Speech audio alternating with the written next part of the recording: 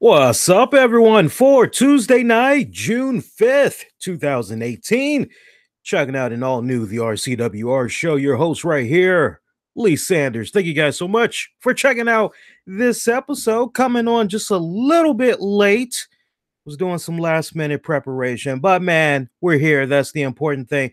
We got a good show lined up for you guys tonight. I know you guys have been used to getting a couple of deluxe episodes we've been putting out there at you all for the past couple of weeks, but really not that much has been going down since last we were on the air. Definitely some newsworthy tidbits we need to get into on this very episode, but it feels as though it could be a short show.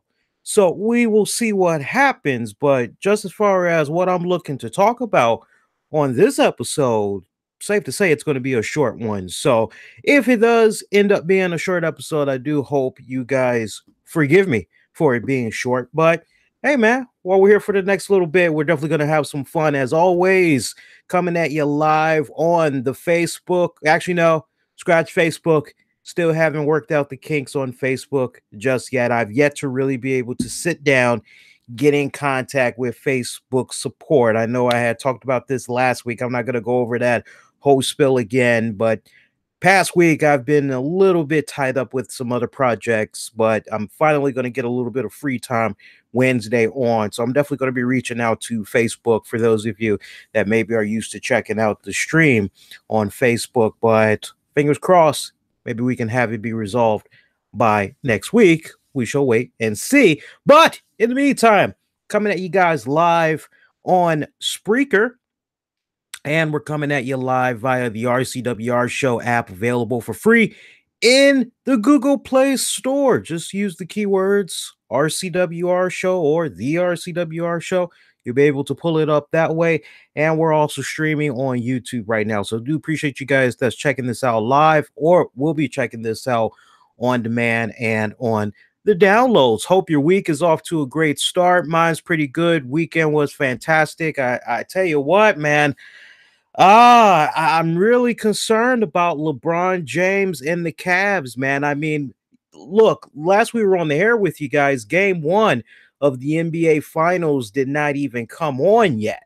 So now that we've pretty much had game one and two in the books, I got to tell you, I'm really concerned about LeBron James and the Cavs. It does not look good. This really feels as though it's going to be a sweep for the Golden State Warriors. What a crushing blow that was for game one. And I'm telling you, I'm not one to drink the Kool-Aid of what other people are putting out there. But in the many years that I've watched basketball, if you ask me straight up, as far as how game one had went down, do I agree with the overall consensus that going down in the history books, that game will be known as the JR game? The J.R. Smith game. Yes, sadly, it will be known as that for all the wrong reasons. Sadly, I'm sure by now, if you're in the sports, you probably have seen it over and over and over again. Analysts have talked about it. So I'm not going to go over all that again, because after all, two games went down since last we were on the air with you guys. But I definitely feel that with that move that J.R. Smith did, that's going to be something that's going to be talked about for years to come. I mean, hindsight's 2020. I wish J.R. Smith would have just manned up after the game and just said, man, I feel so bad. You have no idea how I'm feeling right now, as words cannot even put into picture where my mind, where my heart is right now. I feel as though I really had let my teammates down. I feel as though I let my coach and the coaching staff down. But most importantly, I really feel as though I had let Cleveland down. I feel as though I let them down. I let all Cleveland fans down. Most importantly, I feel as though I let my family, I let myself down. I know apologies does not really cut it. It doesn't make everything okay, but trust me, if I could go back and change a couple of things, that would definitely be one I would change. We should have had that. miscommunication on my part. I wish he would have just manned up, say those things, and then you know what? Maybe everybody, even Golden State Warrior fans, okay, he manned up. He said he screwed up. Okay, whatever. Now he feels really bad about it. Okay, but no, he comes out off the break and he lies. He lies about, oh, yo, yeah, I thought we were ahead. So no, read your mouth as clear as day. What you're saying to LeBron. LeBron looked like he was ready to just wring the hell out of the neck of that poor dude, man. I'm telling you. But no, for me, just seeing how that all had came about was just really, really, really just soul crushing. If you're a Cleveland Cavaliers fan, it was definitely soul crushing to see how that all had played about. But you know what? It is what it is. The show must go on. That was a tough one. That was a tough one because when you look back at that game, LeBron James basically single handedly willed his team into it. I mean, he basically carried them on his back. He put them on his back and just said, ride off of me, feed off of my momentum, feed off of my energy. Come on, I'll take you there. Like old that old R&B song from back in the day, somewhat gospel song. Help me, I'll take you there. I mean, he literally was trying to take him there, but to have that whole mishap go down in those last few seconds, and then just to see how LeBron acted afterwards. Okay, well, you know what? The game might be tied, but you both are on an even playing field. You've got about 5 more minutes to make your point. Okay, LeBron, I get it, man. I get it. And then trust me, I really do get it because LeBron has those moments where, especially this season, he's racking in those minutes. He's playing all 48 minutes of a game. Yeah, I would imagine that after a while, you're going to get a little bit gassed out. It's like, man, I don't know how much more I have in me. I don't know how much more I can do this. I get that. I get probably psychologically where LeBron is coming from. I can imagine he is just physically, emotionally, mentally spent. But if there was ever a time to will your team together, to be a true leader and say, okay, guys, we're in OT. Look, whatever went down at the end of the regulation, it's in the past. We all need to come together. This team is beatable. We need to take advantage of their wide open shots when they make these 3-point attempts. We need to take advantage of these things. We need to take advantage of these guys when they're not able to score points. We need to deny them second chance rebounds that could eventually turn into points as a result of capturing those rebounds. Deny, deny, deny, deny, deny. We got them. They are beatable. Let's go do this, guys. 5 more minutes. Let's play hard. Let's do this. But LeBron didn't even do that. I mean, frick, man. It was just, you go into that overtime for game one, and LeBron was absent for the first 2+ minutes of that overtime game. The first 2 minutes, you're thinking to yourself, if you've been watching LeBron James as long as I have, okay, LeBron's going to come out of here and he is going to be a man on a mission. He is going to be hell-bent. He is going to be on fire. He is going to just be, give me the ball. I'm taking it to the paint. I'm drawing some fouls. Somebody's getting fouled out by my ass. I'm going to make it happen.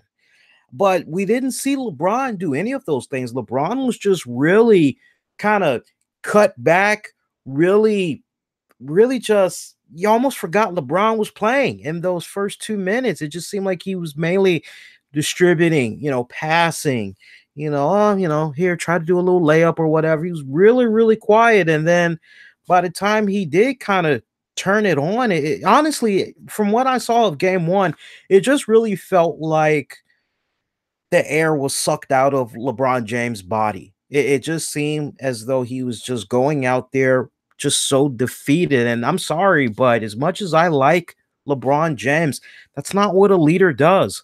To see how selfish he acted at the end of regulation, asking Ty Lue, did we have a timeout left? And Ty Lue says to him, yeah, we did. And he crosses his arms, he throws his head down. He's throwing like this temper tantrum.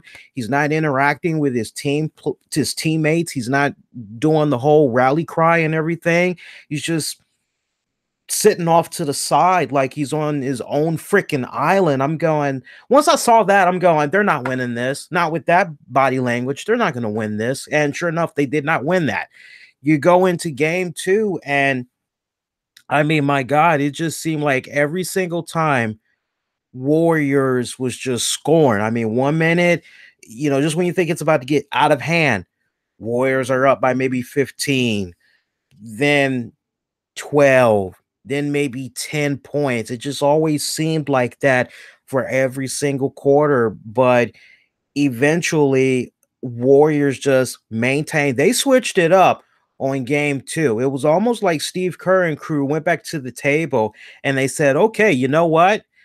Since they contested a lot of our 3-point shots in the first game, now that we've got a good feel for what they're about, okay, we're going to switch it up this time. Now we're going to go on ahead and we're going to double up on LeBron James. We're going to make sure we double up on him. We're going to make sure we deny him. We're going to try to force his guys to make some 3-point shots, of which they did bite. J.R. Smith was the main one. I mean, miss after miss after miss. No telling how much game 1 played an impact psychologically on J.R. Smith, but J.R. was just hitting bricks left and right in game 2, okay?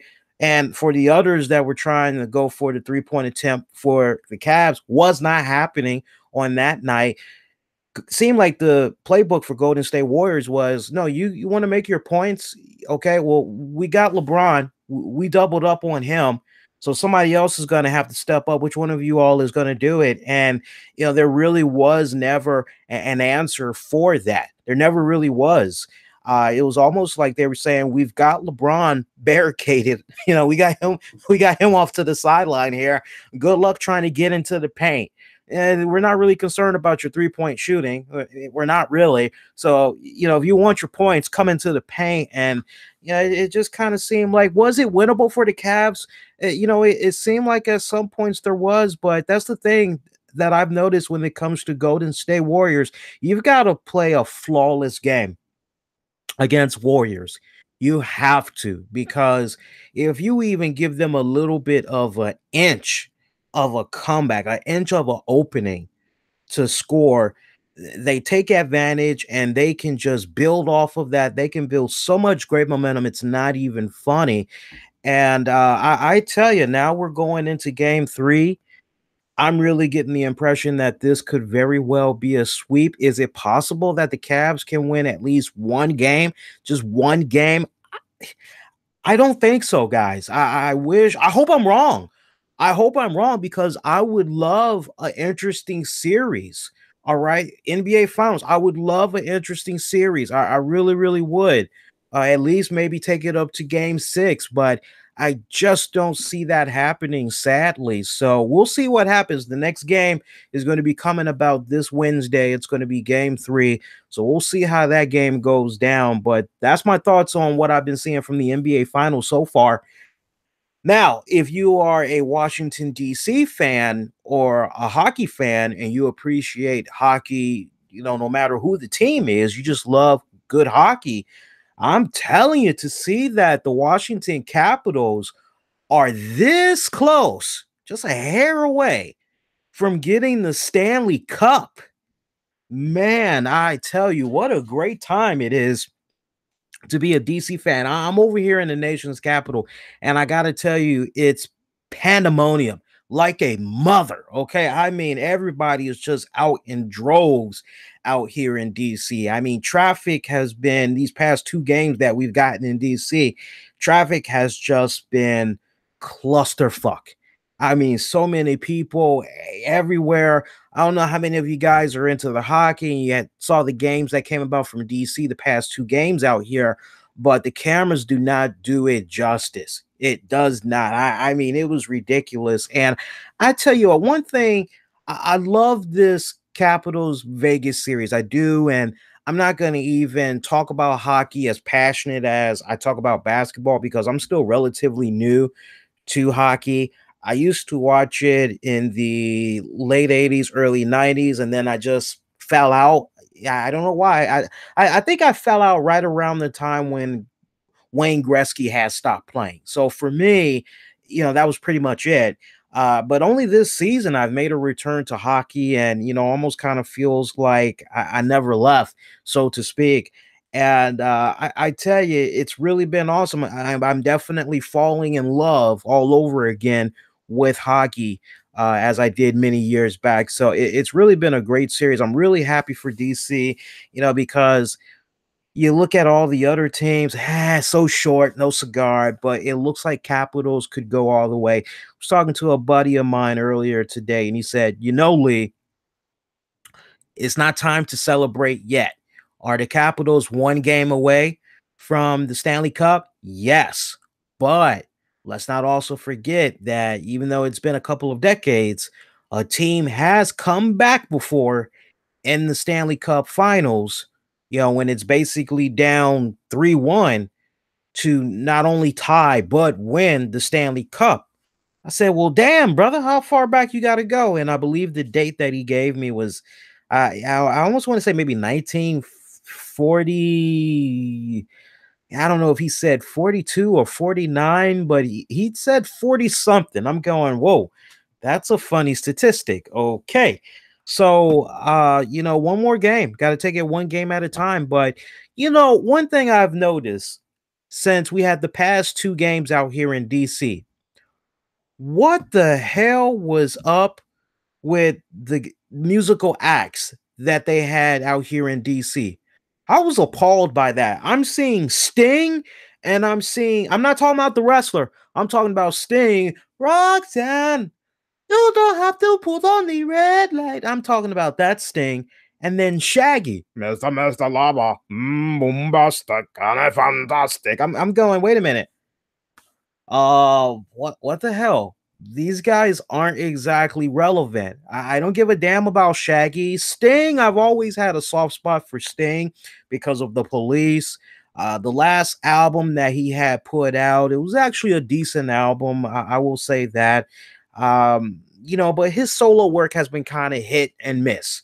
Okay. Only in more later years, like in the past 5 years, have we seen Sting try to go back to his old rock roots and stop messing around with orchestra and new world music genre. And only in recent years has he kind of tried to go back to his old rock roots, which I like better, honestly.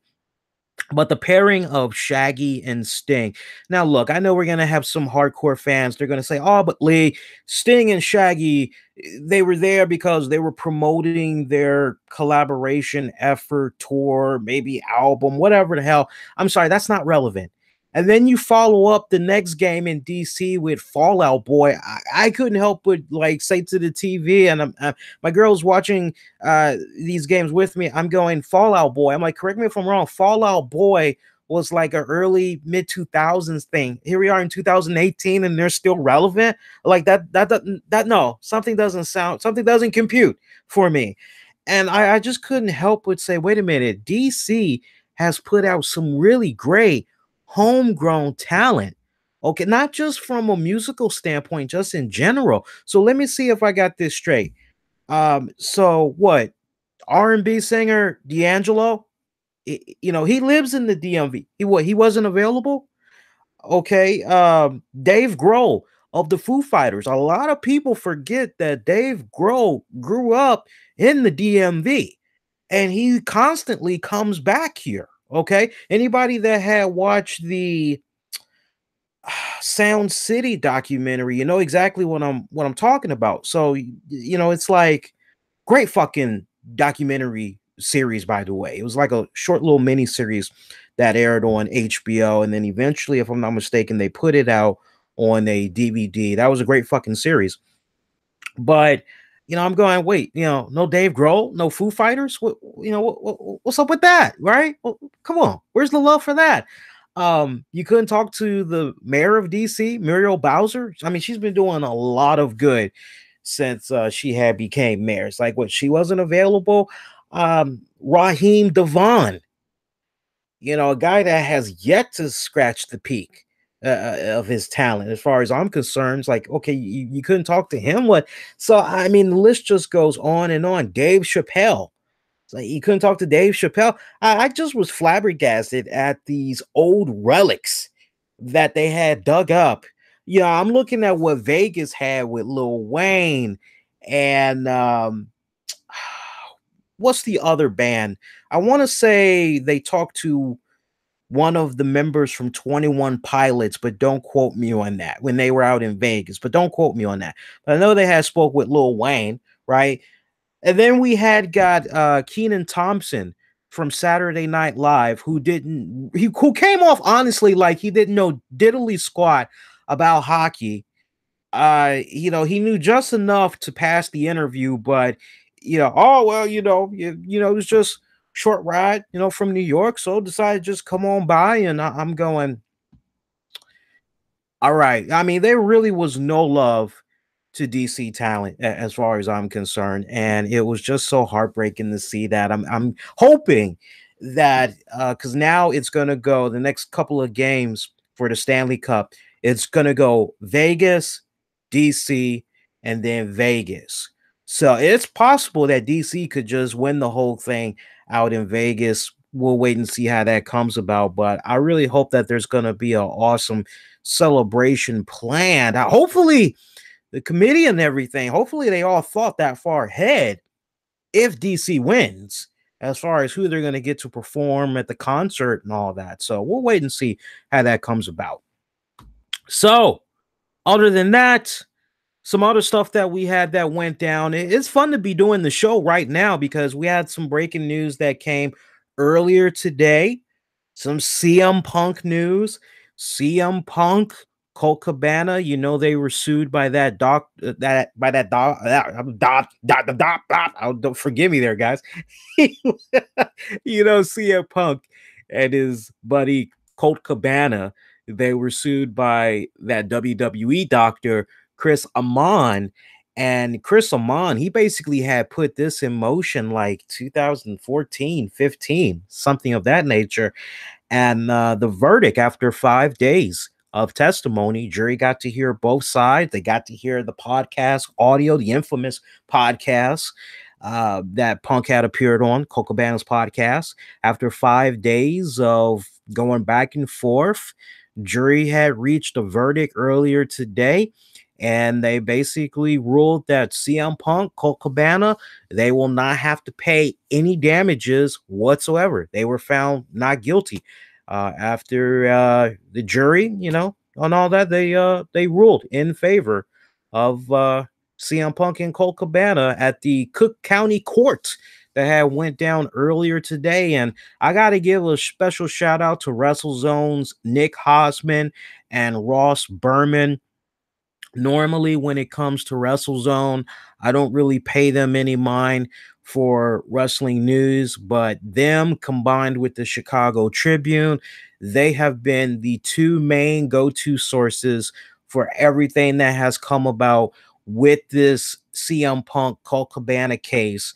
And my hat's off to them. I know I reached out personally to Ross earlier on social media and told him what a fine job he had did. I mean, nothing was ever contested by anybody of the reporting that Ross had did. And it was really great to see that the information that Chicago Tribune and Ross Berman of Wrestling Song were able to put out there, it practically was identical. It matched up, and everybody else, as far as media outlets go, were running off of that. So good job to both of you guys, both of your respected organizations. Kudos to you guys. But yeah, Amann, he was seeking almost $4 million in damages. And basically the way that he had came about this, basically initially it was $1 million, but an additional $1 million for the multiple streaming platforms that Colt Cabana's podcast was released on. And pretty much they estimated that, oh, well, downloads, on demand play, and it looks like this many people listen to it, this many, and I mean, honestly, if you noticed, I had to been probably the only show, the only podcast out there that did not go all Perry Mason and say, "Oh, well, I think this person is going to win because XYZ." If you notice, and longtime listeners can back me up, at least listeners that have been listening to the past 3 weeks of episodes, you can vouch for me. I never did go on record and say who did I think was going to win this case. I just pretty much told you guys, hey, here's pretty much what's going down. Okay, we're gonna have to stay tuned to this and see how this all plays out, right? And then we'll go from there, react from there. And that basically was my whole deal. Was it kind of nice that you had other shows out there and they were just dissecting the hell out of this and they were going Matlock, Perry Mason? Yeah, it was. It's good stuff to talk about, things of that nature. I will admit that. But for me personally, I don't want to. I don't want to put stuff out there like that. I'm one of those type of people. Let me wait until some more information comes in, and then I can pretty much go from there. But what I can tell you guys is, I had a intimate conversation with my girl, and I said, "Hun," I said, I'm going over these footnotes of what all came about from the trial. And, one thing that's really alarming to me right now is Dr. Amann. And she's like, well, why is that? I said, well, regardless, if he wins this lawsuit or not, I think this guy's career is fucked. And I explained to her the reason why I felt that this guy's career was fucked. Now, I'll get to that in just a hot second. But, I said to her, I said, from a podcasting standpoint, there's going to be a lot of podcasts, a lot of shock jocks that's going to be paying very close attention to this case. Because when it's all said and done, what basically Dr. Amann is saying, hey, these guys, or rather, CM Punk went on this podcast, said these insulting things about me, said these things about me in which I personally felt was a defamation of character. I felt that he was, cutting down my good name, my hard work, and putting out this bad professional persona that I feel does not exist. And in a nutshell, that basically was what Dr. Amann was claiming. And the whole $4 million, you're going, okay, that's kind of astronomical, or whatever. You got butt hurt feelings, I gotta say allegedly, but no, when you get right down to it, this was about comments that an individual did not like, that they found unflattering of them and their profession. And I know a lot of podcasters were really, including myself, were really paying attention to this case, because had this case been a victory for Dr. Amann, then that could have just opened up the floodgates for potential other lawsuits. I mean, heaven forbid I say Jinder Mahal fucking sucks. He needs to be working at freaking Whole Foods and or Subway and be making me a sandwich, and then all of a sudden freaking Jinder Mahal takes me to court because I said unflattering things about him on my podcast or whatever. All right. Did it cause him pain and suffering? No, he just felt that because I said what I said, it was hurting his character. It was hurting his what he does for a living. Somehow it was affecting him, basically. And I feel that in retrospect, this case would have been of significance, great significance and importance, of going back and saying, hey, exhibit blah blah blah from 2018, Colt Cabana CM Punk versus Dr. Chris Amann / WWE. And Could it still be a situation where a couple of years from now this could be looked at? Yeah, it's a learning lesson. Trust me, it's definitely a learning lesson for all sides. And I don't think we podcasters, radio hosts are out of the woods just yet. But this was not only a major victory for CM Punk and Colt Cabana, but it definitely was a victory for podcasters everywhere when you really stop and you think about it. And then, not to mention, what I did say to my girl, I said, this guy's going to lose. And this guy is going to lose because he's asking for this ridiculous money, right? And yet, in his own testimony, Dr. Chris Amann says, yeah, well, I didn't suffer any type of anxiety. I didn't suffer any type of depression whatsoever. I did not lose my job as a result of the things that CM Punk had said. No, on the contrary, I was able to continue touring the world. I was able to see beautiful places. I was able to meet really cool, interesting people. My salary wasn't intact. Hell, I just got another raise, as a matter of fact, a while back. So life is good. I really can't complain. So, you had Dr. Amann go on record, saying, oh, yeah, nothing happened. I wasn't fired. None of this. Nothing bad happened to him. At the end of the day, this was just about an individual that did not like the opinion of another individual and the choice words that this individual used to describe this doctor. That's what he was butthurt about. He didn't like the unkind, salty things that was said about him on this podcast, and what he thought was a good case of defamation of character, backfired. Now, let's really bring this home. I personally feel, and if you're following me on Twitter at the RCWR Show, I put a very interesting tweet out there. And I basically had said, Dr. Amann, he did more harm to himself than good because of going this route with a lawsuit. Stay with me here and marinate for a few ticks on this one, okay? When you look at the footnotes for everything that had went down with this respected court case, there's a couple of alarming things that come into mind. All right.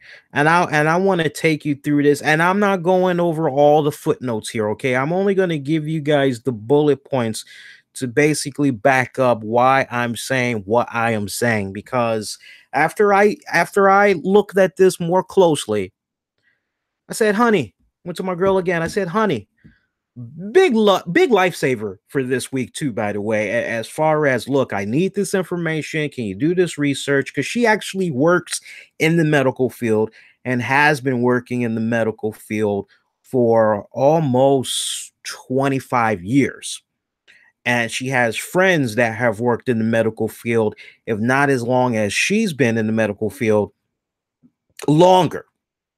I said, do me a solid. Here's what's going on. I told her about the whole CM Punk, Dr. Amann case. I say, here's what's going on. See what you can find out. Do some homework for me. I need this by Tuesday. I got this information yesterday, and I was able to kick back and marinate on this. Okay. So, everybody listening, marinate on this. So, according to the footnotes here, with regards to CM Punk, Dr. Amann had said that he had been treating CM Punk from 2012 to 2014. Why was he treating him? He basically was treating him for a sinus infection, basically. All the times that he was treating him during that period was for a sinus infection.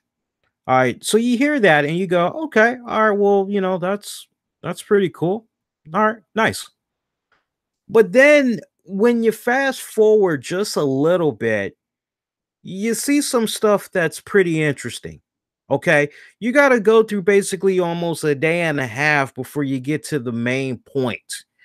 And you basically pull a menace to society with the bald head black dude. Who was that? Bill Dukes. And it's like, you fucked up, right?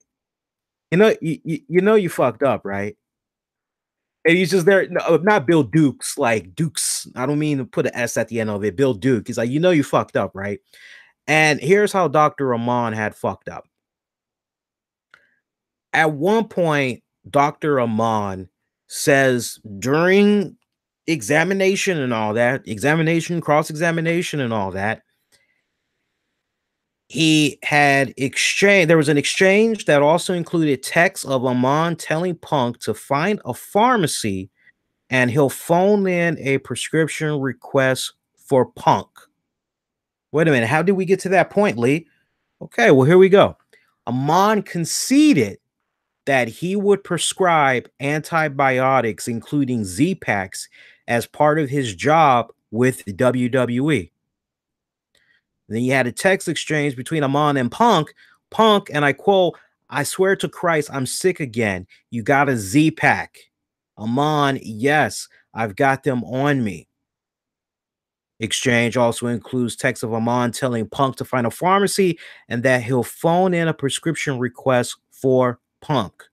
Now, Amann would say Punk never showed him a skin infection, but would have evaluated him if he had. Okay, so this whole stuff about, hey, I think I got some type of a infection, some type of a staph infection or whatever going on here. I got this weird bump. Amann never did see this. He never did say, okay, come by my office and let's meet up. I want to see this for myself. I want to document this, and then we'll go from there. None of this happens. It's just, hey, doc, I'm sick. I need a Z-Pack. Okay, well, you go on ahead, you go to the pharmacy, and I'll basically hook you up. Yeah, no problem. All right. And again, he's been treating him from 2012 to 2014. Okay, so just remember that. Now, one of the things that Dr. Amann did give CM Punk a Z-Pack for, at one point, CM Punk had got a case of, I hope I'm pronouncing this right, pharyngitis. And apparently that is caused by swelling in the back of the throat, between the tonsils and the voice box. Most sore throats are caused by colds, the flu, virus, or mono bacteria that can cause pharyngitis. I just had it the first go round, probably. In some cases, strep throat is caused by group A. Okay, so you're going, okay, all right, now we kind of get the gist of that. Okay, good. Now you fast forward a little bit to the exchange that I just had mentioned here. Amann says Punk never showed him a skin infection, but would have evaluated him if he had. All right. Amann did not recall treating any non-WWE performers between 2013 and 14. Here's the key part right here. Remember, he's been treating him since 2012 to 2014. Punk's WWE medical record is shown, and it says that Punk was never prescribed medication. No medication history recorded. Marinate on that for a few ticks. No medication history recorded. That's a big problem. I'll tell you why in a second.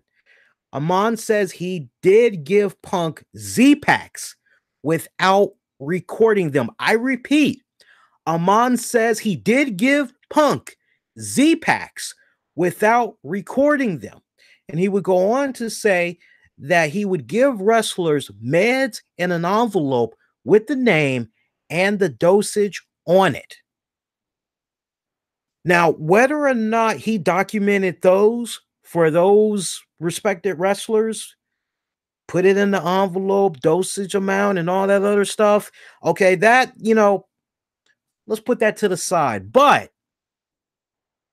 you gave a wrestler Z-Packs without recording them. He's fucked. Now, WWE, they may love this dude. They may want to keep this guy on board with the company. But the medical board may have a thing or two different to say with regards to this. Now, here's where my fun homework had kicked in. Pretty much a couple of days wrapping up yesterday. Now, all doctors, all right, this may sound boring, but it really puts a nice, pretty ribbon on Dr. Amann. Now, for those of you that may not know, particularly you don't know, all doctors, including dentists, have two sets of numbers. There's a DEA number and there's a NPI number.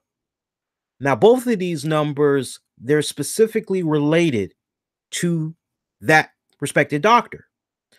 And they're searchable if the right person has that information and they can pull up XYZ. With these numbers, they can basically see from the DEA number and the NPI number, they can basically see every single medication that that doctor has prescribed to an individual, when it was prescribed, the dosage, how long they were supposed to be taking that medication, et cetera, et cetera, et cetera.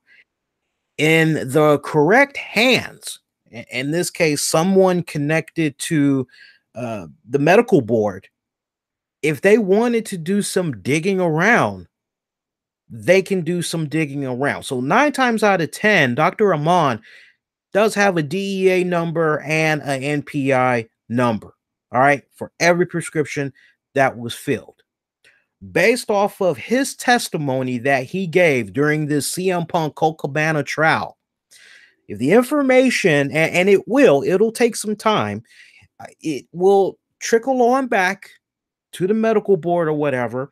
And once they hear of his testimony, they read the transcripts, the process of revoking his license can begin. Now, here's the thing that I had needed clarification for, which is, okay, well, can a doctor that is being investigated continue to give out prescriptions, things of that nature, or if once the paperwork hits and they're under investigation, that's pretty much it.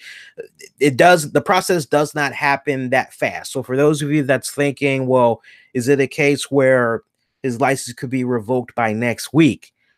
No, I mean, unless it's like a joint from Casino where Robert De Niro's character had pissed off the wrong people and they were like, what are you doing tomorrow? Oh, well, think you should make this priority number one. Let's make this priority number one. I want to start getting on this ass tomorrow. I mean, unless there's people in that high of a place and it's connected and established like that, it could take anywhere between 30 days to a maximum of 90 days to have Dr. Amann's license be revoked. Now, here's the thing. If a doctor prescribes something and it's not logged into the DEA and the NPI, if it's not registered under both of those, then it doesn't exist. It's almost kind of like the IRS comes and basically, okay, you got to tell me, how does this make sense? How does this justify what you spent? It's almost kind of like a checklist, basically. And if you don't have a date down, all the information down of, okay, you gave out the Z-Pack. When was it? How much was the dosage? What were the reasons why you had put this dosage, you prescribed this to them? What were their symptoms? If you don't have any type of documentation like this down, that's your ass. Now, I also asked about, okay, well, if it's just one incident, can people look the other way? And from what I was told by my respected sources, one incident, it doesn't matter how many years you might have been a doctor, just the fact that you had lapse in one instance over the course of what could be a 5, 10, 15, 20-year career, just that one slip up, no, that's your ass. That is your license. So anywhere from 30 to 90 days, this could happen. Now, here's the other thing that I was not even aware about, that I am just baffled at. So my girl's friend, Nikki had worked for this practice some years back.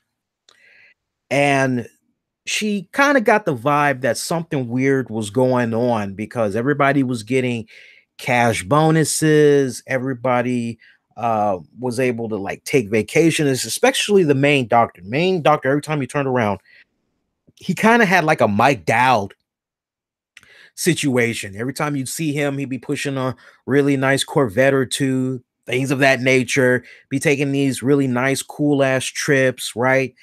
And so she did some digging around and she was able to determine that, and this kind of connects to Dr. Amann, so you got to stay with me, that basically some of the arrangements that this particular doctor was doing, he would make these deals with certain manufacturers. So let's just say, hypothetically speaking,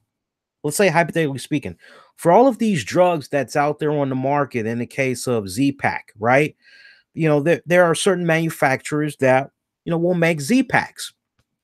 Now, there is a representative connected to the manufacturer for these Z-Packs, and that representative will call, email, come directly to that practice and say, hey, look, was wondering if you guys, were in the market of needing Z-Packs for your customers, because we offer blah, blah, blah, blah, blah.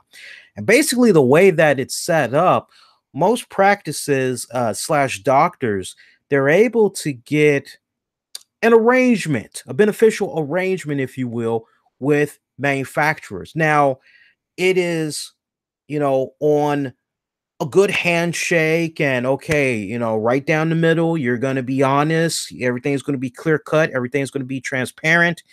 But basically, there are incentives for the doctor prescribing certain medications that come from the particular manufacturer. So let's say in this instance, what went down with, our friend Nikki, this doctor had a deal on Z-Packs from a particular manufacturer. And if they were able to prescribe for every prescription, they were able to fill out and give to, XYZ, that was bonus incentives. That was cash money, things of that nature. So, in a lot of instances, sometimes myself included, I've been a victim to it. Sometimes we'll go to the doctor, we'll say, hey, I have this going on, this going on. I'm not sure what's going on with me. Oh, okay, no problem. Well, here, just here's this prescription for you, and you'll be all right. You'll be all right. And it's like, it turns out you didn't really need that medication. Okay. So what was happening with this particular doctor, with our friend Nikki, this doctor was just putting out prescriptions, bogus prescriptions, giving them out to people that really did not need these prescriptions, because what this doctor was trying to do was put a boatload of money in his pocket. And one of the last times he had went on a vacation, he came on back. He's like, oh, yeah. Hey, Nikki, thanks for holding down the front. And she said, no problem. She's like, and now that you're back, I'm out of here. Say, well, what do you mean? It's like, I quit. What do you mean? It's like, I know exactly what you're doing, and your practice is going to go down as a result. You are going to do some serious jail time. I'm not going to be with you for this ride. Forget that. You can go down all by yourself. It ain't happening with me. Now, it's very well possible that some of these prescriptions that Dr. Amann was putting out there under the table, it could have been a situation where he had some type of a direct deal with these manufacturers and he was getting certain incentives. So that's something else that you need to think about.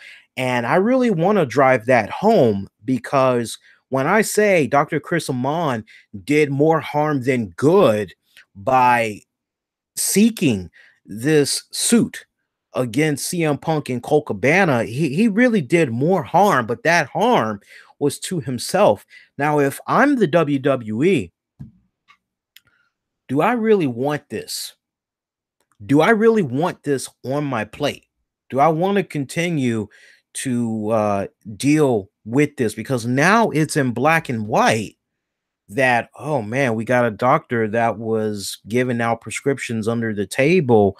Well, man, we'd like to have him on board, but if I'm the WWE and I'm paying attention to the testimony that was said in court, I would be putting as much distance between myself and this doctor and go find somebody else. Next man up, as far as I'm concerned. Gonna have to take better protocol measures, the whole 9 yards. Okay.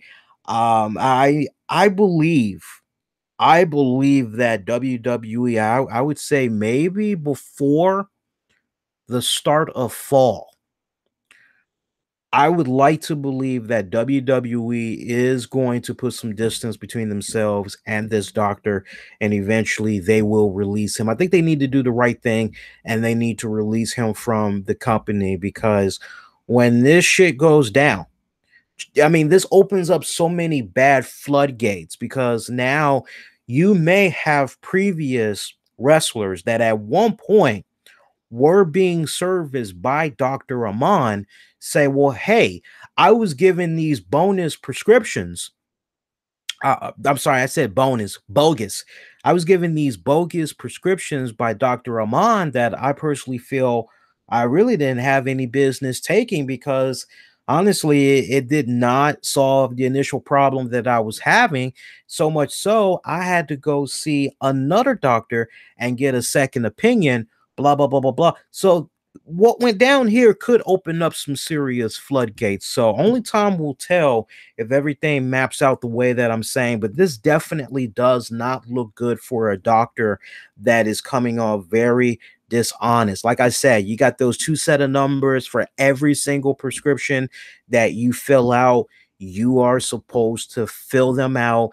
You are supposed to, basically, from what I was told, CYOA, cover your own ass. You must have documented accounts for every single freaking prescription that you put out there.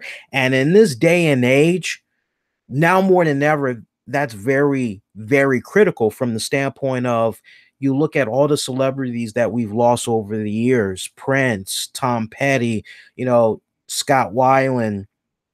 There's so many examples, but in particular, I really want to home in Chris Cornell. These guys were given, with the exception of, well, who we mentioned. We said Prince. We said, not Scott Weiland. That's the name I want to put to the side, because he just OD'd on, I think, cocaine it was. But for the other guys that I had mentioned, they all were prescribed a particular drug. And see, it's good in these instances that you're able to go back, like with Michael Jackson. You're able to go back and everything connects to, well, who's the doctor that had prescribed this? Okay, well, did the doctor prescribe this in a timely manner? Did the doctor prescribe this in such a way where, okay, this is the correct amount that you're supposed to take? And if the problem still persists, then we need to let X amount of time go past before we give you this prescription again. We will cross that bridge as far as maybe upping the dosage when we get there. Eventually, if that medication that's being prescribed by that doctor, after a certain amount of time, if that prescription doesn't do what it needs to do, then okay, we need to talk about other solutions, because obviously this medication is not working. So let's talk about other alternatives. So, like with Michael Jackson, like with Chris Cornell, like with Tom Petty, all these cases, they all connect. They all connect. Okay.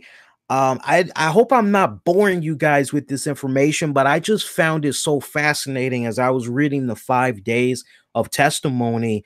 And that, the smart guy that I am, because I usually read specific details like this and my eyebrow raises. It's part of my job in market research and market analysis. So I'm always going over paperwork, analytics, things of that nature. And then to see what I see in the testimony, I'm reading it, because we can't hear the audio. I'm reading this and I'm already highlighting, wait a minute, something doesn't sound right.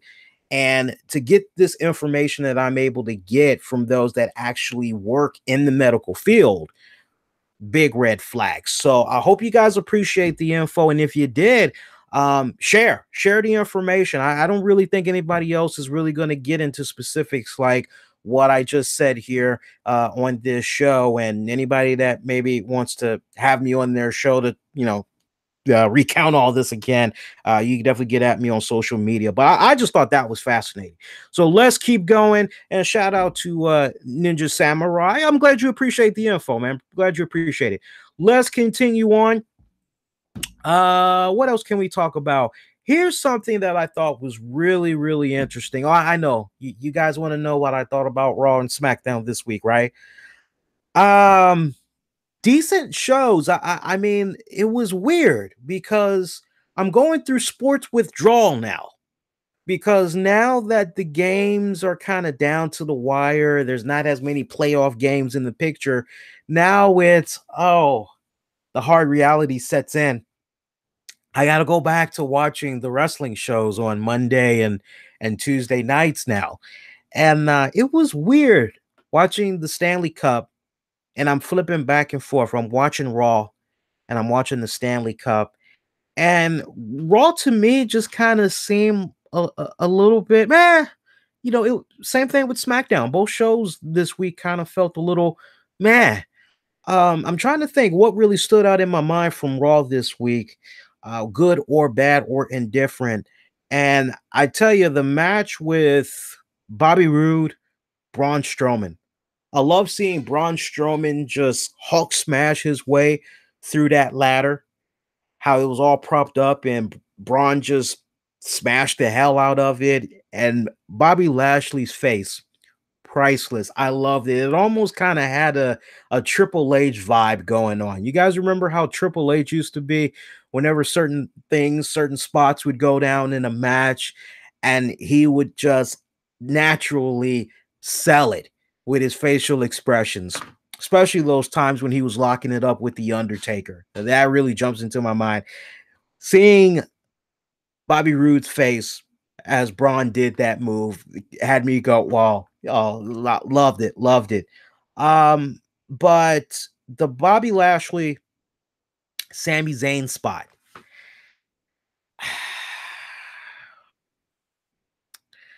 I like Sami Zayn. I really do. I've followed him. I followed the tail end of his career when he was El Generico. And talented guy. Definitely a talented guy. Great talker on the mic. But I just really feel that this is just, I think we all can be in agreement. Is it kind of a waste of TV time? It is a waste of TV time. But the question I posed out there is, who's really benefiting from this? Because if you would lead me to believe that Bobby Lashley is benefiting from this, I say to you, Bobby Lashley does not have the crowd on his side. The verdict is still out as far as the WWE universe is concerned. They are very silent when it comes to Bobby Lashley. They are not reacting to him at all. And I've always been a sucker, a firm believer in go out there, get some type of a reaction, whether it's good or bad, as long as it's unanimous and you're feeding off of the crowd. The crowd's giving you that energy and you're giving it back. As long as you both are bouncing off of each other and you're getting some type of a reaction from them, that equals longevity.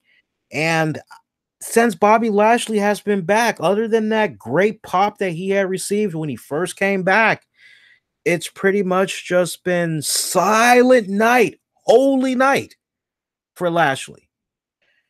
And I'm kind of, I can't help but wonder if of course when things like this goes down, you can't help but wonder where, well, where did WWE mess up?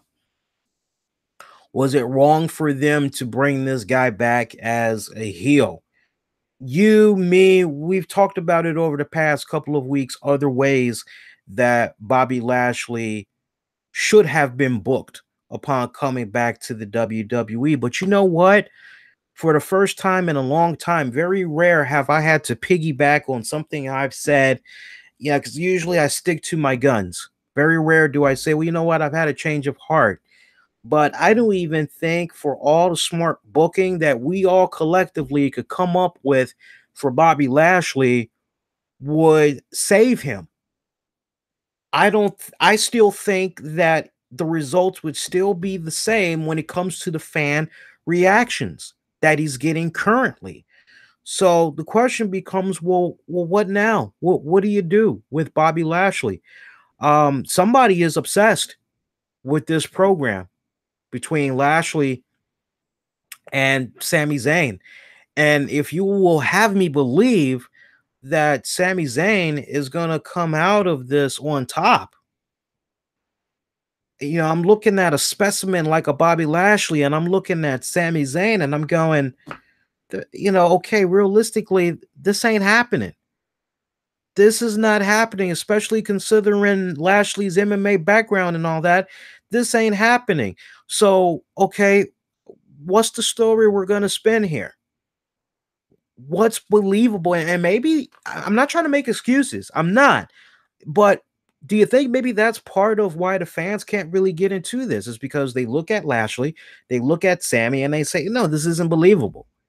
Lashley would destroy Sami. This isn't. And or is it a case where no, just the way the creative has been for this particular feud, you could make the legit argument these two just aren't gelling. There's no chemistry, there's nothing there. This feels forced upon. And if you're a Sami Zayn fan, you're happy for Sami because he's getting TV time, right? He's getting the opportunity to go out there, cut up on the mic a little bit, see what works and all. So you hope. But I have great concern for Lashley. Now, look, I'm not saying WWE is going to put Lashley on the chopping block. I don't believe that at all. But something has to give. Something has to give very soon. Now, I will say this, if I can even try to defend Lashley a little bit, I'll give a little bit of an olive branch. Maybe what you need to do with Lashley is take a page out of what was going on with him and Impact Wrestling for the past couple of years. He was going out there decent, and I do mean decent. If I had to give a grade A to F, I would have to say, as far as him being a heel goes, for me, he was a C minus.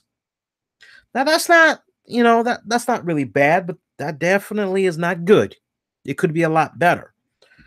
But I will take that C minus of a Bobby Lashley heel any day over what I'm seeing of him in the current WWE product. That's the God's to honest truth. So hopefully, maybe eventually WWE will do a little bit of a facelift with his character. But of all the feuds I've seen over the years from many wrestling promotions, this is one not only am I scratching my head at, I'm just going, it's not working. Nothing's clicking, nothing's working. The fans aren't feeling it. It just really feels like a case where you gotta just cut your losses, try going in a different direction. So, we'll see what happens with Lashley and Sami Zayn. I thought it was weird booking that we had with the Natty Nia Jax match. I thought that was really, really weird. Especially when we had Ronda Rousey. She was on commentating, and God bless Ronda Rousey's heart. God bless her for the commentating she was trying to do on Raw. She really struggled. A way to put her out there in the fire and let her try to whatever she was trying to do out there. She barely got by. But to see how Nia ended, Natty bouncing off of the ropes, leg gave out, or ankle rather, her ankle gave out, falls down on the mat. She can't continue. That's pretty much it for the match. We see Rhonda. She tries to come to Natty's aid, ask her if she's okay, all of this other stuff. And we see Nia, who just keeps trying to, yeah, hey, is she okay? What's going on with her? And at one point, it's kind of like I won't say shoves, but taps the shoulder of Rhonda. Hey, is she okay? And I just thought that was very odd what was going on. It was a very odd segment because you're seeing when Rhonda goes in there and she's checking up on Natty, and you're saying to yourself, okay, if there was ever a time to really crank it up a notch, to go that extra gear, shifting gear, right? If there was ever that time, this is it. Let's set the tone, right? Of Nia taking advantage of a distracted Rhonda, getting physical, right? If there was ever a time, it's going to go down here. And for the love of me, I just don't understand why that segment was booked the way that was booked, where it pretty much ends and Rhonda, without being attacked, takes her buddy Natty out of the ring onto the stage ramp. I was hoping that maybe Nia was gonna run on down there, attack Rhonda from the back. I was expecting it to happen, and it did not happen. And I was just really flabbergasted by that. Very flabbergasted. I didn't get it. Um, Not how I would have booked it. I don't think that's how a lot of people would have booked that. If you have somebody that's saying, "Hey, I want to prove that I'm the top dog," and you didn't have to just viciously have Nia Jax attack Ronda. You could have easily at one point just had Nia Jax say to Ronda, hey, I'm sorry what happened to your friend, but you need to make sure you keep all eyes on me because you don't know what I'm capable of. You see what I did to your friend? That's exactly what's going to happen to you. That's exactly what's going to happen to you come Money in the Bank. You better be ready. You better be on your A game, honey. Baddest woman on the planet? Nah, I'm the baddest woman on the planet. You ain't met a woman like me before.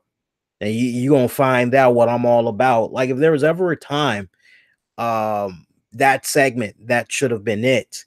But I never want to hear Ronda Rousey at the commentating booth again for quite some time. There was actually one line that kind of sounded sexual in nature. The commentators, I forget who it was, but somebody brings up, right for the pickings or whatever. And then Rhonda says, like, as they're getting ready to go to commercial break, well, as far as she's right for the pickings, my husband is the only one that says that about me. And I'm kind of going, the fuck does that have to do with what we're watching in the ring? Like, what? Why are you going the sexual tip? What the fuck? That was just, it was cringing. I muted my TV after I heard that. I really did. What else came about? I see a question about the authors of pain. Why were they what? You got a spell check for me, brother. I don't know if you're saying wasting in the tag team battle royal or washing. I don't know what you're trying to say, Steve, but I keep telling you, Steve, spell check. But no, man. B team, they're still undefeated. They're now the number one contenders. That's going to be taking on Bray Wyatt, Matt Hardy. That should be good. That's something different. Yes, it's different. It's a new matchup, a new rivalry. I'm happy for those guys. For Curtis Axel, Bo Dallas, I'm actually happy for them. I don't think they're going to become tag champions. stranger things have happened though, but legitimately, I am happy for them. I really am. Trying to think if anything else had happened from Raw that was kind of noteworthy, really, really noteworthy. We saw Big Show return. Wasn't for in-ring action. He was promoting the Special Olympics. He seems to be in phenomenal shape, smaller than ever before, skinny Big Show. And it's funny that we had Big Show come back this week because was anybody else looking at that Big Cass promo from SmackDown tonight? I think we're pretty much done talking about Raw because really, there's, you guys got to forgive me. I was flipping back and forth between the Stanley Cup and Raw. So really, nothing kind of, yeah. But, we're talking about Big Show. Did anybody else notice how Big Cass during his promo tonight say that Daniel Bryan has never faced an individual as big as Big Cass? And as I'm hearing this, I just wanted to hit the red buzzard so bad and say, and I'm just picturing a big old red X coming up over Big Cass's face. I'm going, Big Show. And then Big Cass says, Daniel Bryan has never, faced an individual, quite as intelligent as me. And I'm kind of going, are we talking about as far as in the ring goes, or what are we talking about here? Are we talking about an algebra? What exactly are we talking about? And I just had to put up another red X, but no, just I'm going Big Show. Come on, man. You're gonna talk about height, you're gonna talk about size. I'm going Big Show and then some. Like, come on, dude, really? Like, we're just supposed to forget that? And if there was ever a time for the freaking commentating team to clean up some of what Big Cass had said, it definitely should have been during that moment, right? I wish somebody would have said, well, not for nothing, but Daniel Bryan did take on the Big Show before.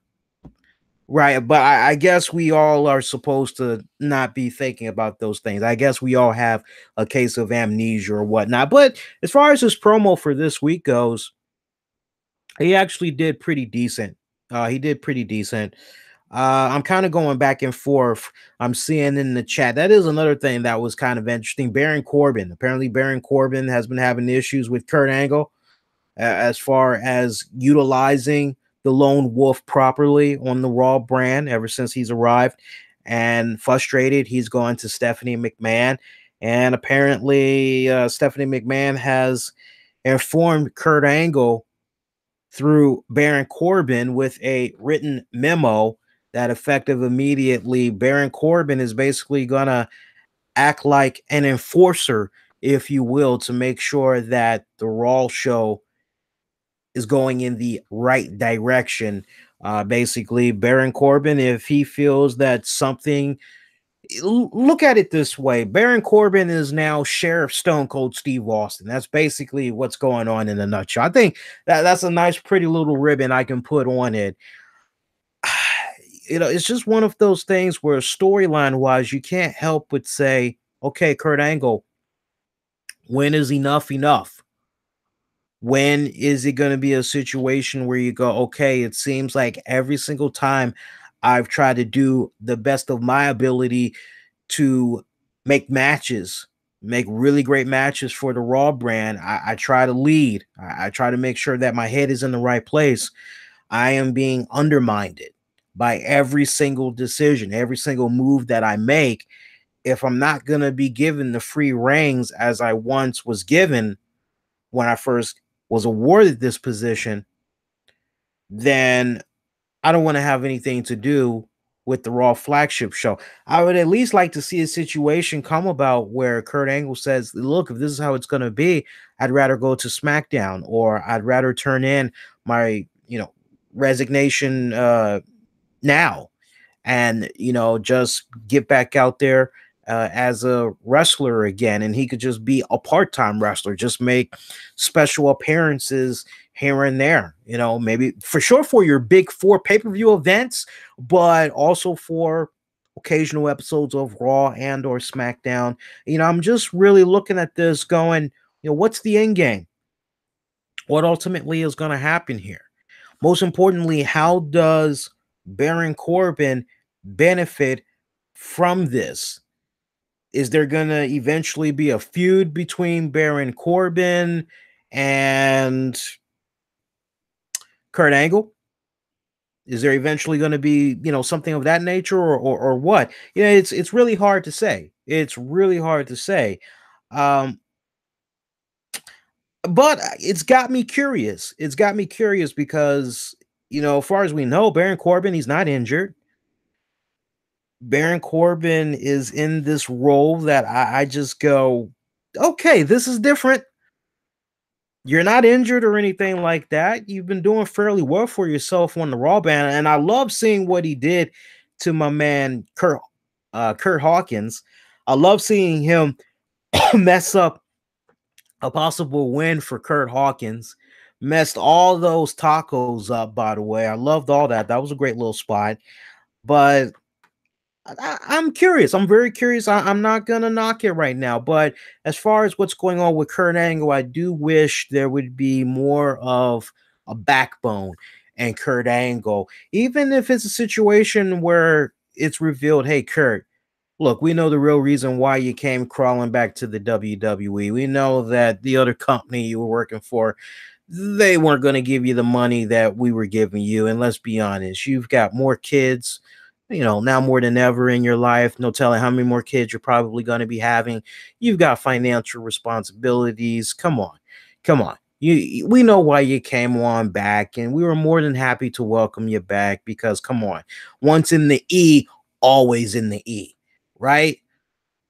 So we know you need this job. You really sure you want to leave all this money on the table? You really sure you want to put your family in this position? I'm just seeing something like that eventually being said to him. I just wish it would happen a little bit sooner than later. And I see the topic being brought up about the match between Sasha Banks, Amber Moon, Alexa Bliss versus the Riot Squad.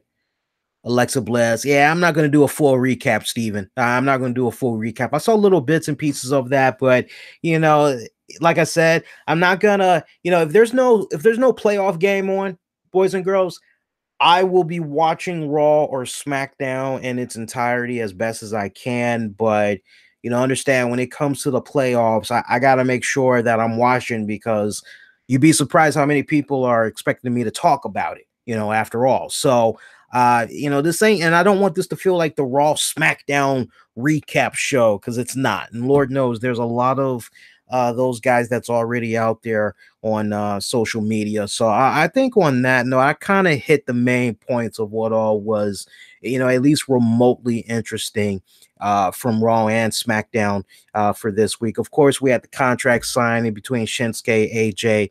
Nothing really much you can take out of that. There's nothing spectacular. It looked like it was a pre-taped segment that they did backstage. I guess they wanted to try to avoid Shinsuke getting the what chance because of the way he talks, right? Understandable.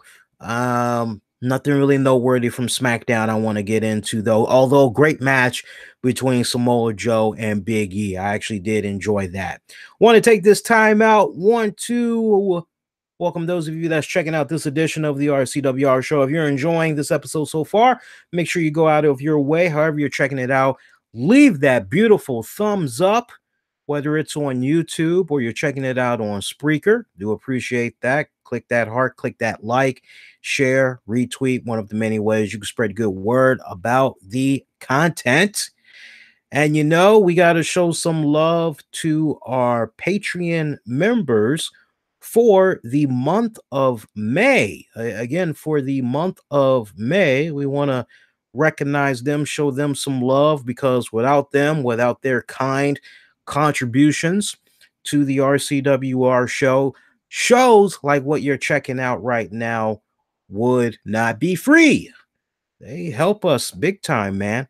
They definitely had helped in tremendously when it came to securing tickets to the meet and greet CM Punk in Chicago. I do want to come back to CM Punk in a hot minute too, but we'll do that after this. Shout out to our Patreon members and our show sponsors. First, our Patreon members.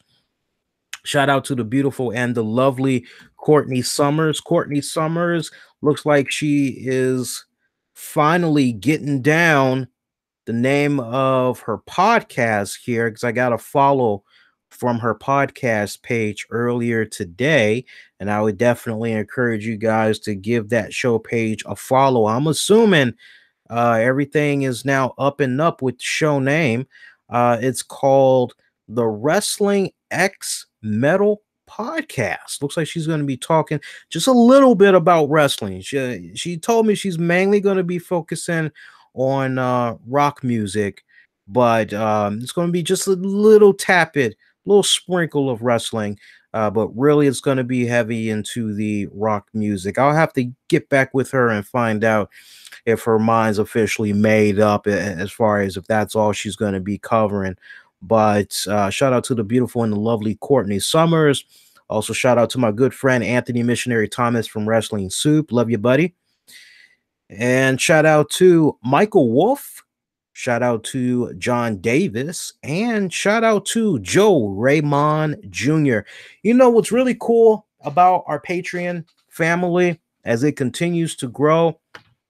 Our Patreon family, man, I tell you, if you haven't signed up for Patreon, you're missing out on some really great bonus content, because you get to check out exclusive audio, video pieces of the RCWR show. You also get to check out the new series, Wrestling with the Topics. That features always on every episode myself and Tammy. That we kind of made a pact.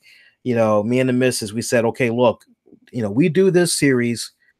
We do this when we know we both are available to do it. One does not go on to this particular series without the other person.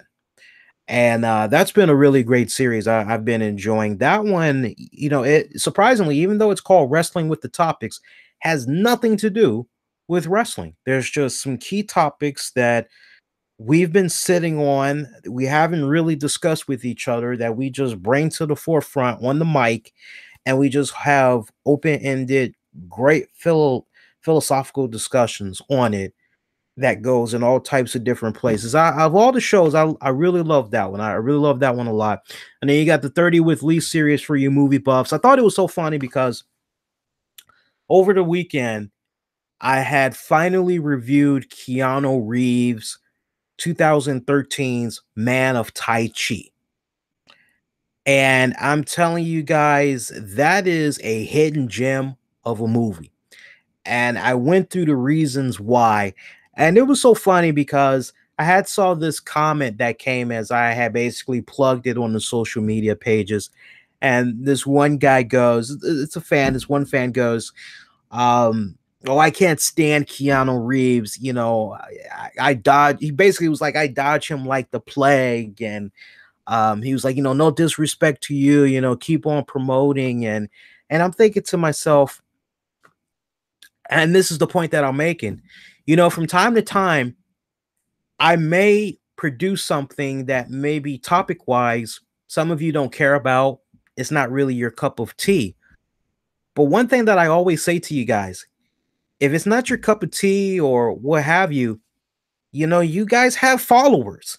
So even if it's just maybe 5 people that's following you, 10 or 50, there could actually be that one person. So on this person's page, there could have actually been a handful of people that actually like Keanu Reeves. And out of that handful of people, there could have been a decent amount that said, oh yeah, you know what? I wanted to see that movie, but I didn't. Oh, this guy actually reviewed it. Well, let me check out what he had to say. So the most powerful thing that I always say to our listeners is, if you don't have the money, and I mean, it's understandable. I mean, it's only $5 and you get access to all of that great content on a monthly basis. But hey, money's tight, priorities, I get it. So if you don't have the money, the most awesomest thing you can do, hey, I'm following Lee on Twitter. I'm following Lee on Facebook. Oh, he just shared a new 30. I can't access it, but he's talking about this movie. I'll go ahead. I'll like that. I'll share that with my friends.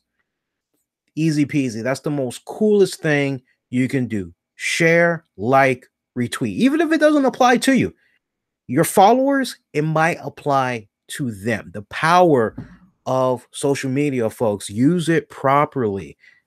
My mom always said, if you ain't got nothing nice to say, don't say nothing at all, for that matter. And let's recognize some of our sponsors for this week's episode of the RCWR Show, as we are brought to you in part by Destination Vacations Travel Agency. If you need help planning your next vacation, don't have time to search for the best deals and locations, Destinations Vacations Travel Agency can help. Give them a call right now. Area code 630-491-6864. Once again, that's area code 630-491-6864, or visit their website, destinationvacationstravel.com. One more time, destinationsvacationstravel.com. Also brought to you by mylotterywinningsecrets.com. Learn from a lottery winner that won the jackpot 7 consecutive times. Learn from the best as he offers great tips, advice, methods. Visit mylotterywinningsecrets.com. Also, the RCWR Show is brought to you in part by my favorite guys, BeckettJewelry.com. Beckett Jewelry. If you're in need of great jewelry gift ideas for him or her, you know, we got Father's Day coming up too. Now's a good time to look into some really cool jewelry for your dad there. Check out my good friends over at Beckett Jewelry. Low prices, great quality, family owned, operated, all products shipped from the United States. BeckettJewelry.com. Beckett Jewelry, love more, spend less. The RCWR Show with Lee Sanders is also brought to you in part by Disseco Solutions. Disseco Solutions, the best dissection kit for grade 9 to 12 students and teachers. 9th grade. 9. Man. Good old days. Grades 9 through 12. How to rewind the clock back. Non-rust stainless steel dissecting tools for instructional and training purposes. Check them out on Amazon.com. You can check out the episode description for all of our sponsors with their respected links, so you can go check them out. We have the Midwest Econ Conference that's happening July 20th through the 21st in Minneapolis, Minnesota. If you're looking to become a successful eBayer or Amazon seller, looking to work from home, build yourself a better income so you can provide for yourself and your family, you can learn a lot from this 2-day event. For tickets, registration, information, and more, head on over to MidwestEcom.com. That's MidwestEcom.com. And if you are looking for an automated home business, try selling .ws domains. Learn a lot more by going to www.getrichalso.ws. That's getrichalso.ws. Also, Limited Edition Entertainment. They are a great booking agency that's interested in helping talented and up-and-coming artists looking to find their big break, looking to be booked at some pretty small local or maybe big venues. Hit them up, Facebook, Twitter, Instagram at Limited Edition Ent, like entertainment, LLC. Limited Edition Ent, LLC. You can also send them an email on Gmail. They are at Limited Edition Booking. Limited Edition ENT. You got to put that ENT in there, man. Limited Edition ENT Booking at gmail.com. I think we pretty much knocked out all our sponsors. Actually, there's one more shout out I need to give. And that is to, yes, Russell Field. Russell Field. He's an up-and-coming artist on Spotify. Russell Field, how you gonna have me promote you on Spotify and I can't see your music, man? What, do I need to log in? I need to know how this process works. But check out Russell Field on Spotify. He's also got a Facebook page. look them up. Use the keywords Russellfield, Spotify, and Amazon. Spotify, it's spelled RAS as in Sam, OFIEL, Russellfield. Check him out on Spotify. I really appreciate all of our patrons and our show sponsors. Let's keep on. Speaking of booking and agency and looking to be discovered and all that good stuff, WWE this week, they had launched their Performance Center website. So you get to see firsthand what all it takes to become a WWE superstar. You see how the foundation, how everything is coming about all from the bottom, and how it, eventually works on up to NXT and on, Raw, SmackDown, and all that. And I would strongly encourage you guys that have always considered maybe starting a career as a pro wrestler, take advantage, go check out this website. You'll learn a lot about them. I was navigating on the website earlier today, and I thought it was phenomenal. I really had loved a lot of what I was seeing. And the other cool thing about this is you can actually apply on the website. If you think you have what it takes to potentially be a WWE superstar, you think you might have what it takes to come on down there to the Performance Center and show off what you got, you can go on the website and you can actually apply. Now, I do want to mention to you guys, be very careful, because if you put in the wrong birth date, double check that birth date year. If you put in the wrong year, you will get locked out. They will tell you you're too young. Okay. I accidentally had put in 2000 and they said I was too young. I'm like, I thought for sure I had selected the correct birthday year, but it was, I was way, way off. I thought I had it, but then somehow it like by, I don't know, maybe I clicked something wrong or whatever, but it went right to 2000. It said, sorry, you're too young. I'm going, what the fuck? Maybe it's like, I'm almost 40. What the hell are you talking about? I'm too young. And I tried closing my browser, opening it back up, and then going in again, and they were like, yeah, you're too young. I'm going, damn. So I ended up having, luckily, on top of having Google Chrome, I have Internet Explorer. So I opened up Internet Explorer.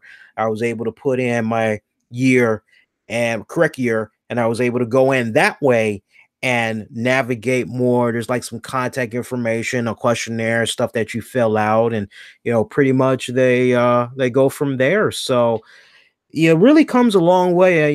I'm still reminded of the old days where I would help some of my friends that were interested in maybe being discovered by the WWE or other wrestling promotions.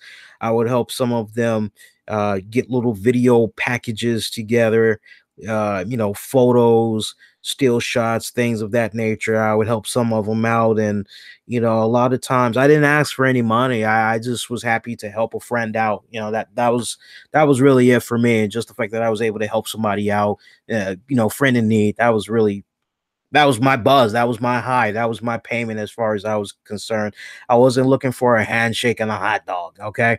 But, when I just think about, wow, we went from, and it's still like that for a lot of promotions where, okay, well, send me some, some photo shots, send me some hidden body shots, send me a video of your work. And, video now, now we're at that point where you can put a lot of stuff on a DVD and, send your little packet that way.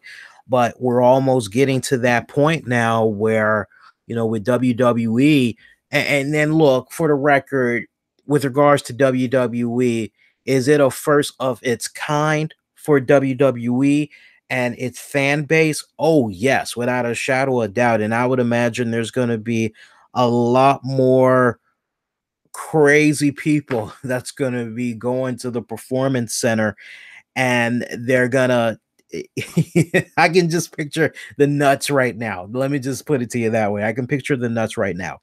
But I remember, and somebody can correct me if I'm wrong, I could have sworn that OVW, when you landed on their website, if you felt you had what it takes, to possibly be trained by, at Danny Davis School and all that, I could have sworn on the OVW website there was some little section on there where you could apply and things of that nature. So WWE has had a lot of years as far as fine tuning, getting it down and everything. So it is a first of its kind. I will admit that. Definitely a first of its kind.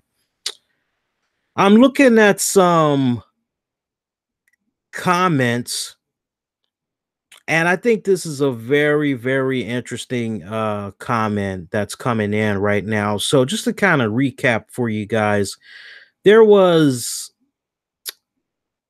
yeah, let me actually pull this up for you guys. This is actually kind of cool to talk about here.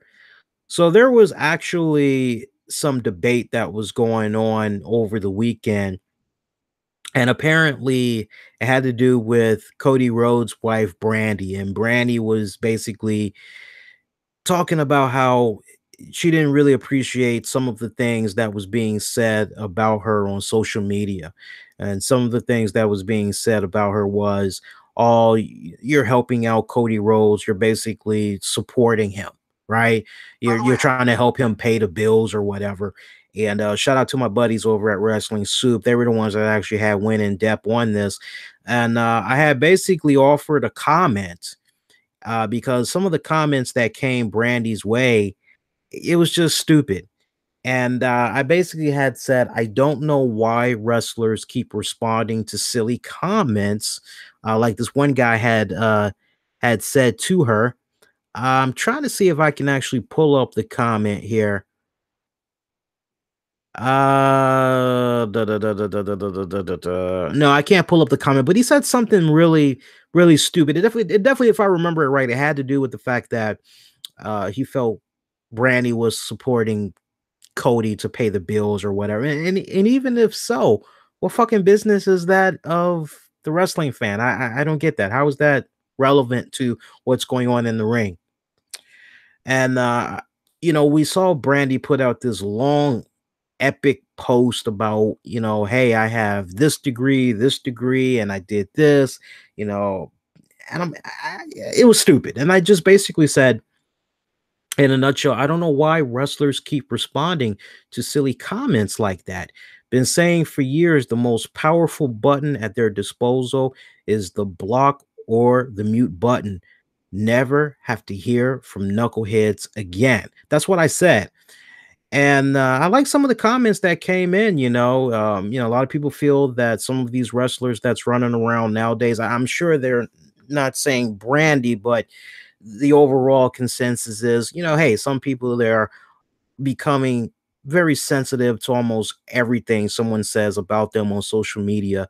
The only wrestler that should be allowed to have a social media account is Neville, because at least he stays in character. And Kevin Owens, you got to give Kevin Owens a lot of props too. He does a phenomenal job staying in character. And I like what this one guy had said. He said, or just don't respond. Well, blocking or muting means you'll just end up living in an echo chamber where you'll hear praise and confirmation of your opinions and basis. And to that, I'd like to say, I'm actually going to respond to this guy in real time. Not necessarily. Let's say not necessarily.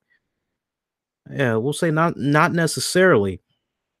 It's one thing. I think it's one thing if you get actually, can I do voice talk? Let's do voice talk, because I'd hate to type this out. So I like when I see good comments like what had came in just now, and I don't think I can do voice recognition. That sucks. But no, I would say not necessarily. It's one thing if one, let's type this up, if one is offering constructive criticism, but when you try to act like you know what's going on. I hate my fingers are so thick now.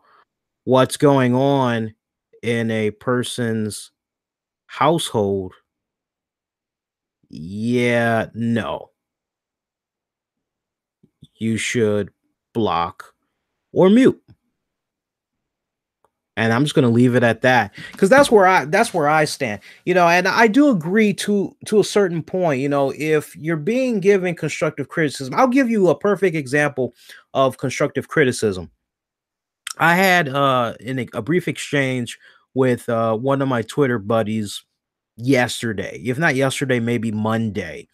The beautiful and the lovely Kimberly. And the original thread, I'm looking at it right now. So she kicked it off, and oh God, where is it? Let's kick it off here. Let's see if I can find it here. See, I got everything. Yes. So it kicks off. She says, "Is there really such a thing as too many suplexes?" Because somebody had made the comment, Super King of Brothers and Kimberly giving each other way too many suplexes at Smash Wrestling. So Kimberly says, "Is there really such a thing as too many suplexes?" So I came in and I said, "Yes, there is. There is such thing as," I say, "Yes, just as there is such thing as too many suicide dives." I watched a show on my DVR this past weekend that began with a guy I have a lot of respect for, but within 90 seconds of the match, he did seven consecutive suicide dives between the ropes. Buzzkill. I fast forwarded. Now, if I mentioned the wrestlers that I had saw, you guys will be like, "Oh, Lee, that's messed up that you would say that." But I left their names out because I know that we have wrestlers that like to look themselves up on YouTube, see what's being said about them, and I don't want my words being misconstrued in a way where I'm dissing a wrestler. I'm not, because I don't have it. The guys that I saw wrestle, because if I mention the promotion, you guys will really know who I'm talking about. So that's why I didn't even mention the promotion in the post. But the guys that I'm talking about, one is up and coming. The other guy, he's been around for many years. I got a lot of respect for him. I think he's really freaking cool. I would love to see him in the WWE. I really, really would. I think he would be a tremendous great hand for the WWE. I personally feel. I think he could even excel to the point in becoming a WWE World Champion, be it Raw or on SmackDown. I think he would be a really good champion. But to see this guy, who in particular I have a lot of respect for, go into this match, 90 seconds, suicide dives. And it wasn't like, okay, one suicide dive. Okay, what's going? I mean, he just suicide dive one, and then he just boom, boom, boom, boom, boom. And at some point, it's like, what the hell? And like I had told, freaking Kimberly, she follows up. She goes, "I've done 20 suplexes in a row and 6 suicide dives too. Never had a complaint. Just saying." And I can't really see the emoji. It looks like she's doing an emoji with the hands out there. So I came back. I said, "Much as I love you, buddy," and I do. I love Kimberly. We had her on the show before. She's a sweetheart. Uh, Big fan of her stuff. I really am. And I tweeted right back at her. I said, "Much as I love you, buddy, glad I didn't see that. Gotta stay consistent, right? I'm still a sucker for psychology. Getting hit by the same move after a third time has me go, shouldn't they move? Down for moving, but fall victim to it again and are so disoriented, it happens again, etc." And the psychology that I saw in particular over the weekend from this one wrestling promotion, it just didn't make any sense to me. The guy just kept getting up, and I'm literally, after the third time, I'm actually yelling at the TV, not in a frustrated, yeah, actually in a frustrated way. I'm yelling at the TV. I'm going, "Dude, just move. Just freaking, just do an electric slide. Just slide to the right." And when he does a suicide dive, he runs head first into the steel wall barrier. And then boom, you'll have the advantage on him on the offense for a little bit. Just move, but no, 7 times. Same spot. Suicide dive. in between the ropes. This guy just lunged himself at this wrestler, and it was just, I mean, the crowd was eating it up, but for me, I hit fast forward. I said, fuck this. Seriously, I said, fuck this. But I'm still a sucker for good psychology, man. I still am. Still a good sucker for good ring psychology. So Impact Wrestling looks like they have dropped, thank fucking God, they have dropped the Grand Championship. Look, I appreciate a wrestling promotion, or anybody for that matter, that tries to be innovative, that tries to think outside of the box and tries to say, okay, well, you know what? Let's shake things up a little bit. Here's something new. Here's something original that we can do. This will surely get a lot of people talking in a good way. You know, I like that. I'm a sucker for that. And I like how, with regards to this Grand Championship, some of the rules that were implemented, it was basically like MMA boxing rules. You had these judges and all that, but you know what? It never did really work, not even out the gate. You know, it for me, it did not have any type of promises whatsoever. Even TNA diehards that I spoke with were looking at this and saying, "Nah, well, you kind of got me there, Lee. Yeah, it is a little bit, we'll just try to look at it for the match. Look at it for the match." And it's kind of hard to do that when the match gets stopped after 3-5 minutes or whatever.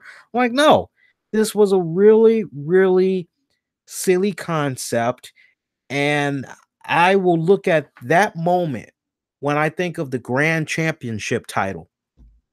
I look at that as one of the last dumbest things. I love Bruce Pritchard. I'm a fan of his work. I love what he's been doing on the podcast there with Conrad. But if I'm not mistaken, and I'll rely on you guys, wasn't that something that came about during Bruce Pritchard's tenure in Impact Wrestling? Wasn't that something that Bruce Pritchard and the people he was working along with, wasn't that something that Bruce Pritchard had ultimately introduced to Impact Wrestling? So, for me personally, I look at that belt being retired as one of the last bad things that has come about from Impact Wrestling within recent years, after all these changing of the hands and ownership and upper management and everything. Impact Wrestling, they are still going through a really big rebuilding process. And shout out to Tony. Yeah, apparently, yeah, but was it Bruce Pritchard? Correct me if I'm wrong. Was it Bruce Pritchard, guys, that was behind that whole Grand Championship? Because I see a comment in the chat about how the Grand Championship wasn't good. I like the ROH Pure title back in the day with guys like Nigel, Bryan, Jimmy Rave, etc., etc. That was cool. Yeah, I'm with you. Yeah, what the ROH Pure title? Yeah, that was actually good. But this Grand title shit for Impact, yeah, it just. And Impact was having so many decent things that were going on, and I was loving it. I was loving Impact Wrestling. And as I said earlier, they're going through a rebuilding process. There's a couple of bright spots that they got going on right now. Why they continue to do what they're doing with Rosemary, I would just put the fucking skyrocket on Rosemary, and I would just let that girl fly. Let her fly to the stratosphere. I mean, she's mesmerizing, she's captivating. Every time I see her, I just stop what I'm doing. I gotta watch what she's gonna do. You got Brian Cage over there, he's up and coming. Love what's going on with him. Sami fucking Callihan. Sami Callihan has a lot of good things that's going on right now. I'm enjoying his work to the point. Over the weekend, Sami Callihan brilliantly had released a video, and he was promoting the hell out of himself, wondering why he was not invited to the Chris Jericho cruise. And I gotta play this. If you guys did not hear this yet, I'm telling you, for someone that really has been able to find themselves, find their identity, and do something really cool for themselves since they've been outside of the WWE, Sami Callihan, he has gotten into that John Moxley, like he's in that Dean Ambrose mode, and I'm loving it right now. I know he's had a couple of hiccups here and there, but I'm really loving what he's doing. So, with regards to the Grand Championship, is being said that it's actually more of a Billy Corgan idea. Wouldn't be too surprised by that. Wouldn't be too surprised by that. Let me let you guys hear this thing with Sami Callihan. If you guys did not hear this, this was fucking awesome. Let me just load this up here and we'll play this for you guys. It's about a minute 20 seconds long here. Let's load this up here. You're really coming with me at this bullshit right now, and I haven't even gotten the building for TV tapings? You know what, internet fans? You might as well just tune in on Thursday and watch me fight Eddie Edwards in the effing woods. I really don't care at this point. I don't care who I offend. I will show up anywhere, bat in hand, and I will create a ruckus. I don't care if it's in the woods. I don't care if it's in someone's backyards. I don't care if it's fans trying to fight me at the arena. Hell, I don't care if it's all in. I don't care if it's the Chris Jericho cruise. A cruise I didn't even get booked on, which is bullshit. What are you guys, afraid? Chris Jericho, are you just afraid of Sami Callihan? Ring of Honor, are you afraid of making money with the draw Sami Callihan? That is my question. I am sick of being disrespected because I am the draw, and there is not one person that will tell me differently. The way I'm looking at it right now, the only bigger bitches than Impact Management is Ring of Honor and Chris Jericho. So here's the thing. I might just have to get my baseball bat and show up on this cruise because I do what I want when I want. Now get out of my face and turn the camera off. God damn, what a great promo. I don't know if you guys were able to hear that pretty good. I'll know once I play it back. Sami Callihan fucking killed that. Yeah, it looks as though, because I mean, come on, look. When you connect the dots, Don Callis, Chris Jericho, they go way back. Don Callis was the brains behind Jericho recently, his run in New Japan, you know, how everything had came about this second go round in New Japan for Jericho. So it makes a lot of sense for Jericho to try to figure out some type of a way to pay back Don Callis. And I tell you what, if Sami Callihan and a couple of other guys from Impact Wrestling are going to be part of this cruise, I'm down for it. The more eyes on this cruise, the better, as far as I'm concerned. Loving it. I'm really fucking loving it. Interesting question. Better heel, Sami or Tommaso? Yeah, at this stage, Tommaso. All right. Other topics I want to get into before I wrap this up. I mean, we're almost out of showtime here. We're almost pretty much wrapped up here. So quick notes. Congratulations to ESPN's Doris Burke. I've had a crush on her for a couple of years now. She is just a cute little button. She really is. I really love her. Sister knows her stuff when it comes to basketball. She is just so smooth. She is just cutting. I mean, to the point, very articulate, very intelligent, and just has this bravado about her when it comes to her interviews. And I'm really glad. I like how this past season they had her be lead commentator for a lot of the basketball games, and it continues this season. Well, she worked out a new multi-year deal with ESPN, and you knew ESPN was going to do everything in their power to try and secure her, because last thing they need is to see her go maybe over to Turner Sports. That's the last thing that they need to see happening right now. So I'm really glad that ESPN was able to work out a deal with her, because she really is a good hand for them right now. And that's really fantastic, considering all the shakeups that came about from ESPN earlier this year.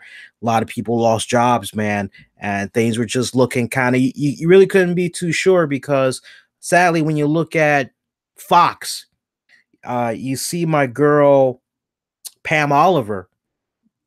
She's basically been demoted to the third team because they had to put that young blonde in her place. And I don't even think she's attractive, quite honestly. I can't think of the blonde's name right now, but she is now in place of Pam Oliver when Pam was on the sidelines for the Joe and Troy games. I want to say Aaron. I can't think of their last name right now, but yeah, it's like the older you get, sadly, if you're a female, the older you get, the higher the odds, the higher the probability that you're going to get pushed to the side and be replaced by somebody younger. It's really sad. But for Doris, new multi-year deal with ESPN. So I'm happy for her. And looks like Joy Taylor from FS1, looks like she might be doing a little bit of double duty. She may be also the co-host, if you will, for the herd with Colin Cowherd. So you hear that, you go, well, damn, she's really gonna, yeah, she's about to have her plate full if it goes down that way, or they decide to go into a different direction and put somebody else and let Joy stay right where she is. One thing's for certain, Colin Cowherd, he's already let it be known to FS1 executives that when fall comes, and they increase speak for yourself because they're going to add another hour to speak for yourself. He's already let it be known that by the end of the year, he's pretty much going to be done with that show because with his responsibilities to his own show, and then he's also now part of the Fox NFL pregame show, not the one with Kurt Menefee and those guys. I'm talking about the pre-show. He's on that one. So he's got all that going on. So now you're going, well, what's going to happen with Whitlock? Who's he going to be hosting with? Is it going to be a string of guest hosts or what? And me and my coworker Marcus, and shout out to Marcus because he checks out the podcast from time to time. Me and Marcus were talking about this earlier today, and I told him, I said, "Nah, man," I said, honestly, you could do a really cool situation where with Whitlock, you could get Chris Broussard. Chris Broussard, for me personally, he's shown me enough that okay, when it comes to these sports, he knows his stuff. It's like, why not give him that nod? You could also give, I always forget his name. I call him Stinky because that's what the other guys on FS1 call him.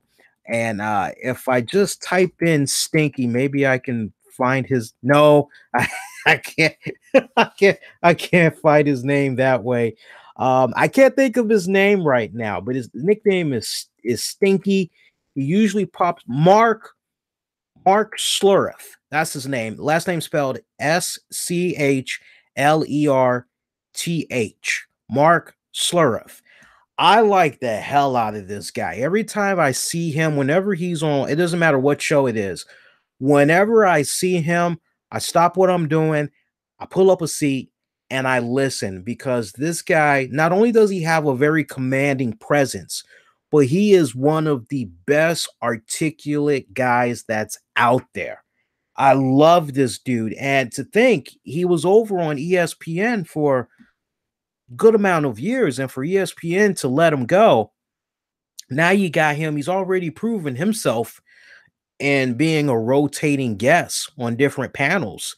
I think he'd be really good to go back and forth with Whitlock. So those would be my two runner-ups. So we'll see how that plays out in the coming weeks.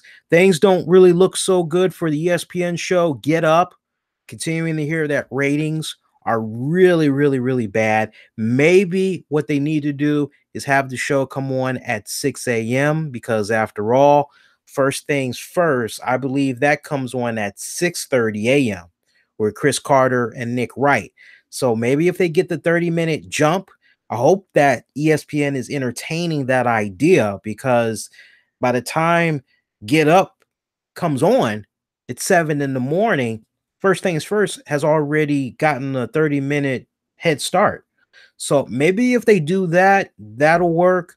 But it looks like all signs are indicating that if things don't change before fall, might not look Might not be looking too good, man. Dan Lebitard, yeah, Tony, I don't check out Dan Lebitard, and for veteran RCWR show listeners, they know why. There was a DDD appearance that had went down a couple of years back that had me lose a lot of respect for Dan Lebitard, and I haven't given him the time or day since then. You'd have to go into the archives and see if you can pull that one up. See what else I want to get into. Other than that, so we got that, we covered that. Yeah, I suppose, yeah. Friday, June 15th, CBS, set your DVRs. Stephanie McMahon is set to appear on Undercover Boss. You've probably seen the pictures that's been floating around of her. She's in glasses and she's wearing a blonde wig. You kind of don't really recognize her. I kind of did because the dimples, the smile, it's just a dead giveaway personally. And I also remember at one point how her hair was almost blonde. I remember the days where she was very in the chest enhanced, and I remember her having almost dirty blonde hair. So I'm not gonna judge on this episode just yet. I'm gonna wait to see what exactly Stephanie McMahon is going undercover about, what division in the WWE. Yeah, I'm very curious because I'm thinking to myself, if you're gonna be an undercover boss, you should really maybe disguise yourself as a fan and try to figure out what the fans want and don't want in their product. But we'll see how Stephanie McMahon does. But mark your calendars down next Friday. Not this Friday, next Friday, June the 15th, CBS. She will be appearing on Undercover Boss. And Access TV, they're going to be airing a live New Japan Pro Wrestling G1 special on Saturday, July 7th. So check your cable satellite providers.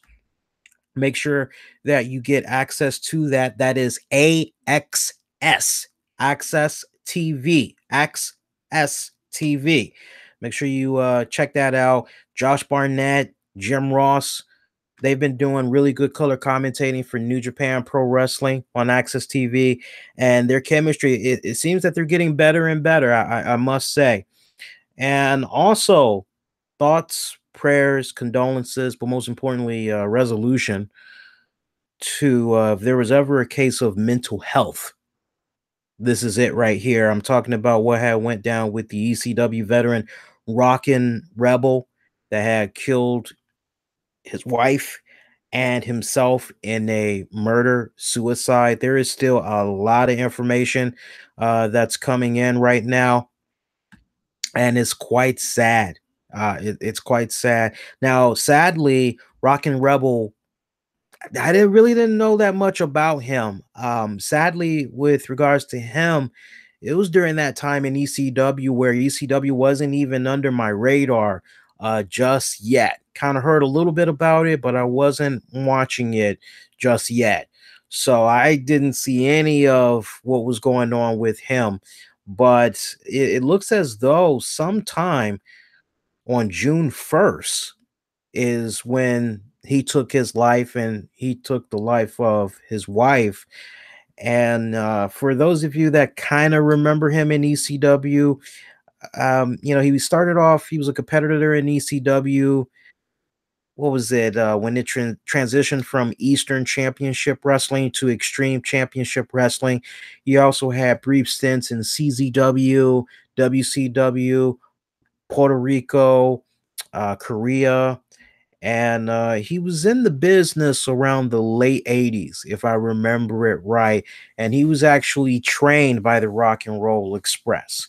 So the way it's looking right now, there was a gunshot wound for both of them. Both of them died as a result of a gunshot wound, and it had occurred during overnight hours. And this is really sad. You have neighbors that have spoken to Philadelphia's ABC and other news media affiliates saying they were very quiet neighbors. They were in their 50s. They kept to themselves. But every time you turned around, cops was always called for something. And here's a really good example right here where if you hear somebody, it almost reminds me, when you know that there is some type of a domestic dispute that's going on and you don't want to get yourself involved, the most powerful thing you can do is pick up a phone, call 911. And I would like to believe that's what a lot of these neighbors had did. And I don't blame them if they felt really scared, intimidated. They weren't trying to. I get that.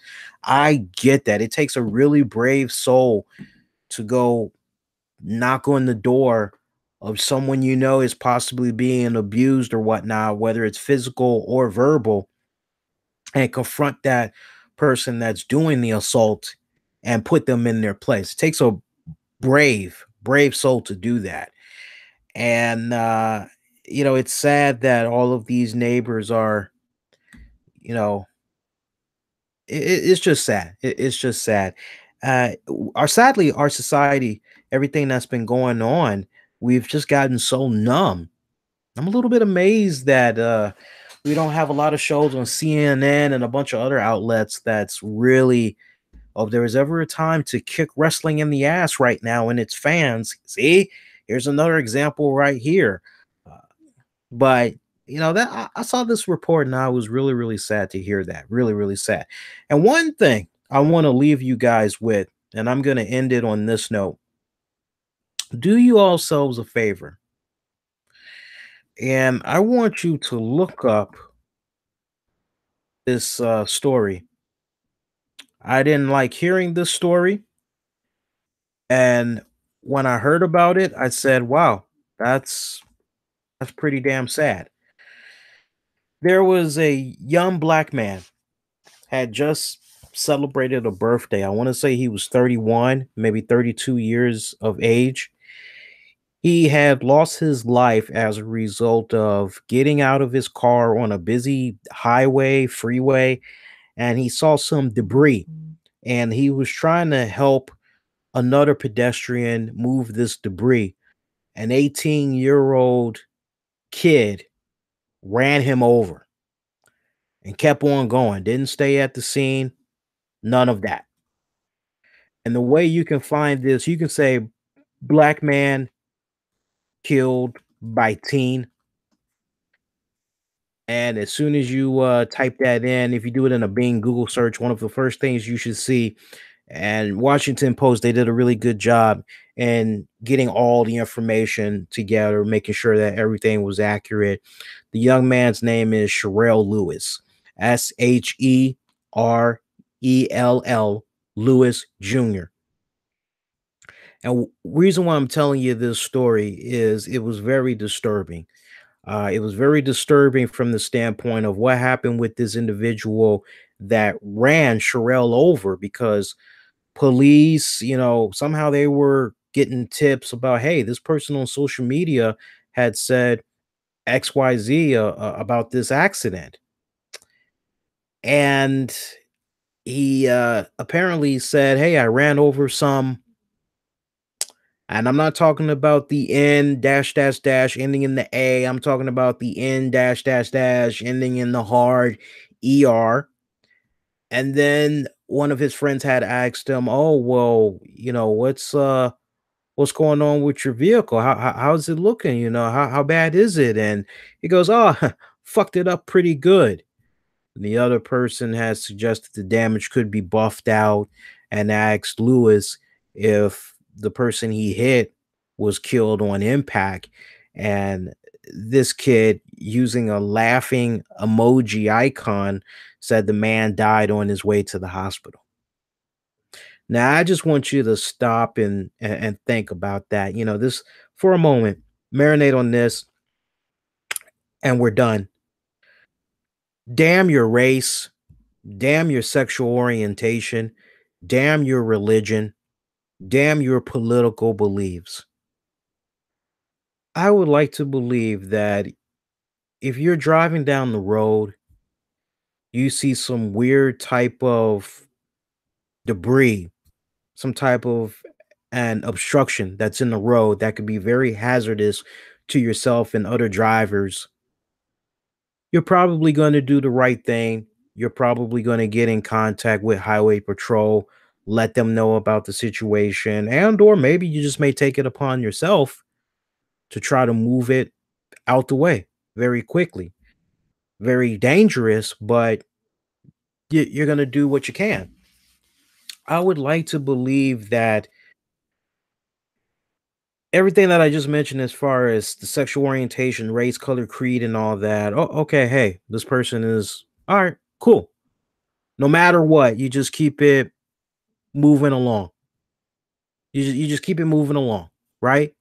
Or maybe you pull over the vehicle and you say, "Hey, you guys need any help? You need any help?" Most people will drive around it, but this guy, kind heart, he wanted to take it upon himself. He wanted to move this. Now, I'm not saying he got what was coming to him as a result of driving around that. I'm not implying that whatsoever. But for this young kid to react the way that he reacted, first of all, not stay at the scene until paramedics arrive. He just keeps going. And then once he gets to his destination, gets on Snapchat and posts all of this shit like it's funny, and then calls him the N, ending in the hard ER.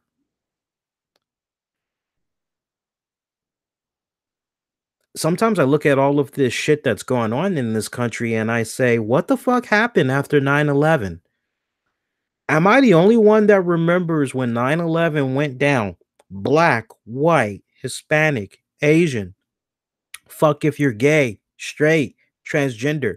After 9/11 went down, everybody had came together, arms locked, and was like, we're going to overcome this.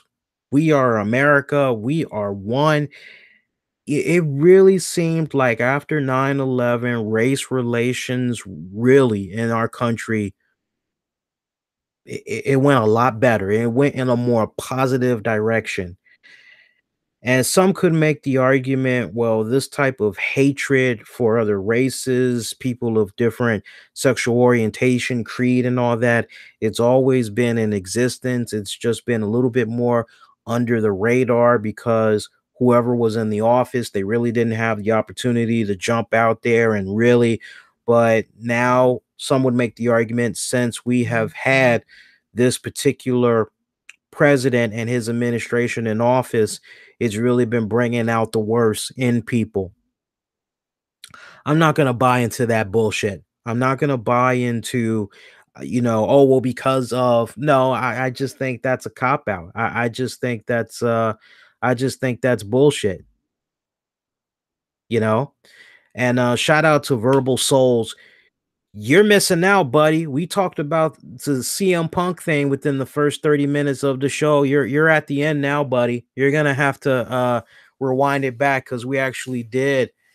We actually did cover that already. But no, I'm just amazed. I'm not gonna say, oh, the president and his administration. No, that's a cop out. Everything is a choice, and it just goes back to what I've been saying off and on these past couple of years. You say to me black lives matter, you say to me blue lives matter, we have all lives matter. For me, the only thing that matters is self accountability. At the end of the day, that's what it's all about, is self accountability. And there's just a lot of that is just being thrown in the wind right now. It seems like we're getting to that point now where common decency and everything is just, I don't know. I don't know. I'll save that for another time. Your next edition of the RCWR show is going to be coming at you guys on Tuesday, June the 12th, 2018. Be kind, rewind. Check out previous episodes you may have missed on the downloads and on demand. We've got our own show app available in the Google Play Store. It's free. Go check it out. You can also see clips of my show, other shows on the Epic Sports channel. Shout out to Epic Sports, good buddy. Love you, man. Appreciate you as always. And see, what else am I forgetting? Oh, yeah. Twitter, Facebook, Instagram, the RCWR show. Those of you that's going to be waiting for the audio, give me about, I would say Give me about 25 minutes. I should have this ready to go for you guys. Okay. Appreciate everybody that checked out the show. And yeah, verbal. Where you been, man? We talked about basketball and all that, man. You need to go check out the first 30 minutes, brother. You need to get caught up because you at the end of the show now. you at the end of the show now. Eddie, I'm not going to even go into that topic. That's what my show, Wrestling for the Topics, is for. I hate to go boo, but that's what Wrestling with the Topics is for. If you notice, the past several weeks, I've tried to do a much better job, not really going too much into the politics, because I know at the end of the day, there's a lot of folks, and I'm kind of that same way. I will say this, and I'll definitely end the stream. I've gotten to that point right now where when I turn on the Conan O'Briens, when I turn on not the Jay Leno's, but the Jimmy Kimmels, for me, there's just too much emphasis on politics. And it seems like now more than ever, as long as I've lived, and I'm just thinking about all the presidents that I've lived through so far, I've never seen an era in history where it really seemed like the cool thing to do would be to bash the president on how he looks, bash the president's kids, bash how they look, bash whatever. It's just really made me get to that point where I go, you know what, at the end of the day, if I want comedy and I'm trying not to think about politics, I just give me my comedy. I don't want to go to bed thinking about politics. There's enough of that going on all day while I'm at work and I'm on my lunch break, and then I'm trying to make my commute to and from work. There's enough of that as it is. And for me, as of late, I've reverted back to checking out shows from the 70s, 80s, whatever I can get my hands on. But right now, I've been going back to watching shows like WKRP in Cincinnati. I've been going back to Perry Mason, the Rockford Files. I've also been going back to shows like Taxi, Alf, things of that nature, looking up stuff on Netflix. I've just become so numb to a lot of what's been going on in recent months. It's just, I need to disengage, seriously, because it's driving me crazy. It's driving me fucking crazy, and I'm tired of it. So, but when I do talk about anything political, I try to do it on the Patreon shows, because at least I know for the Patreon shows, one, the Patreon members are getting bonus content. Two, the Patreon members actually want to know, what do I think about certain things, like, for example, Trump pardoning that one guy, Jack Johnson. So stuff like that, I try to keep separate because, at the end of the day, I know there's a lot of you guys, you don't want to really hear all that political mumbo jumbo bullshit. So we do try to keep it political free on here as much as humanly possible. I think that's the least we can do for you all, because after all, Lord knows how much shit you've had to go through hearing about politics throughout your day. You don't really need that shit as you're getting ready to go to bed, right? Right. So your next edition of the RCWR show, I'll be coming at you next Tuesday. And yeah, who knows? Maybe there will be a sweep by then. We'll see. I tell you this much. We did it last year, and I believe we did. Yeah, we did it last year. If there is a sweep before Tuesday, I will be coming on here and I will do a post-game NBA Finals reaction. We will do that for you guys. But way it's looking right now, your next show will be coming at you all Tuesday, June the 12th. I'll come on 10 p.m. after SmackDown has gone off the air. Twitter, Facebook, Instagram, the RCWR show. Shout out to everybody that had checked in live. Really appreciate the love and support as always. I'll be seeing you guys next go round.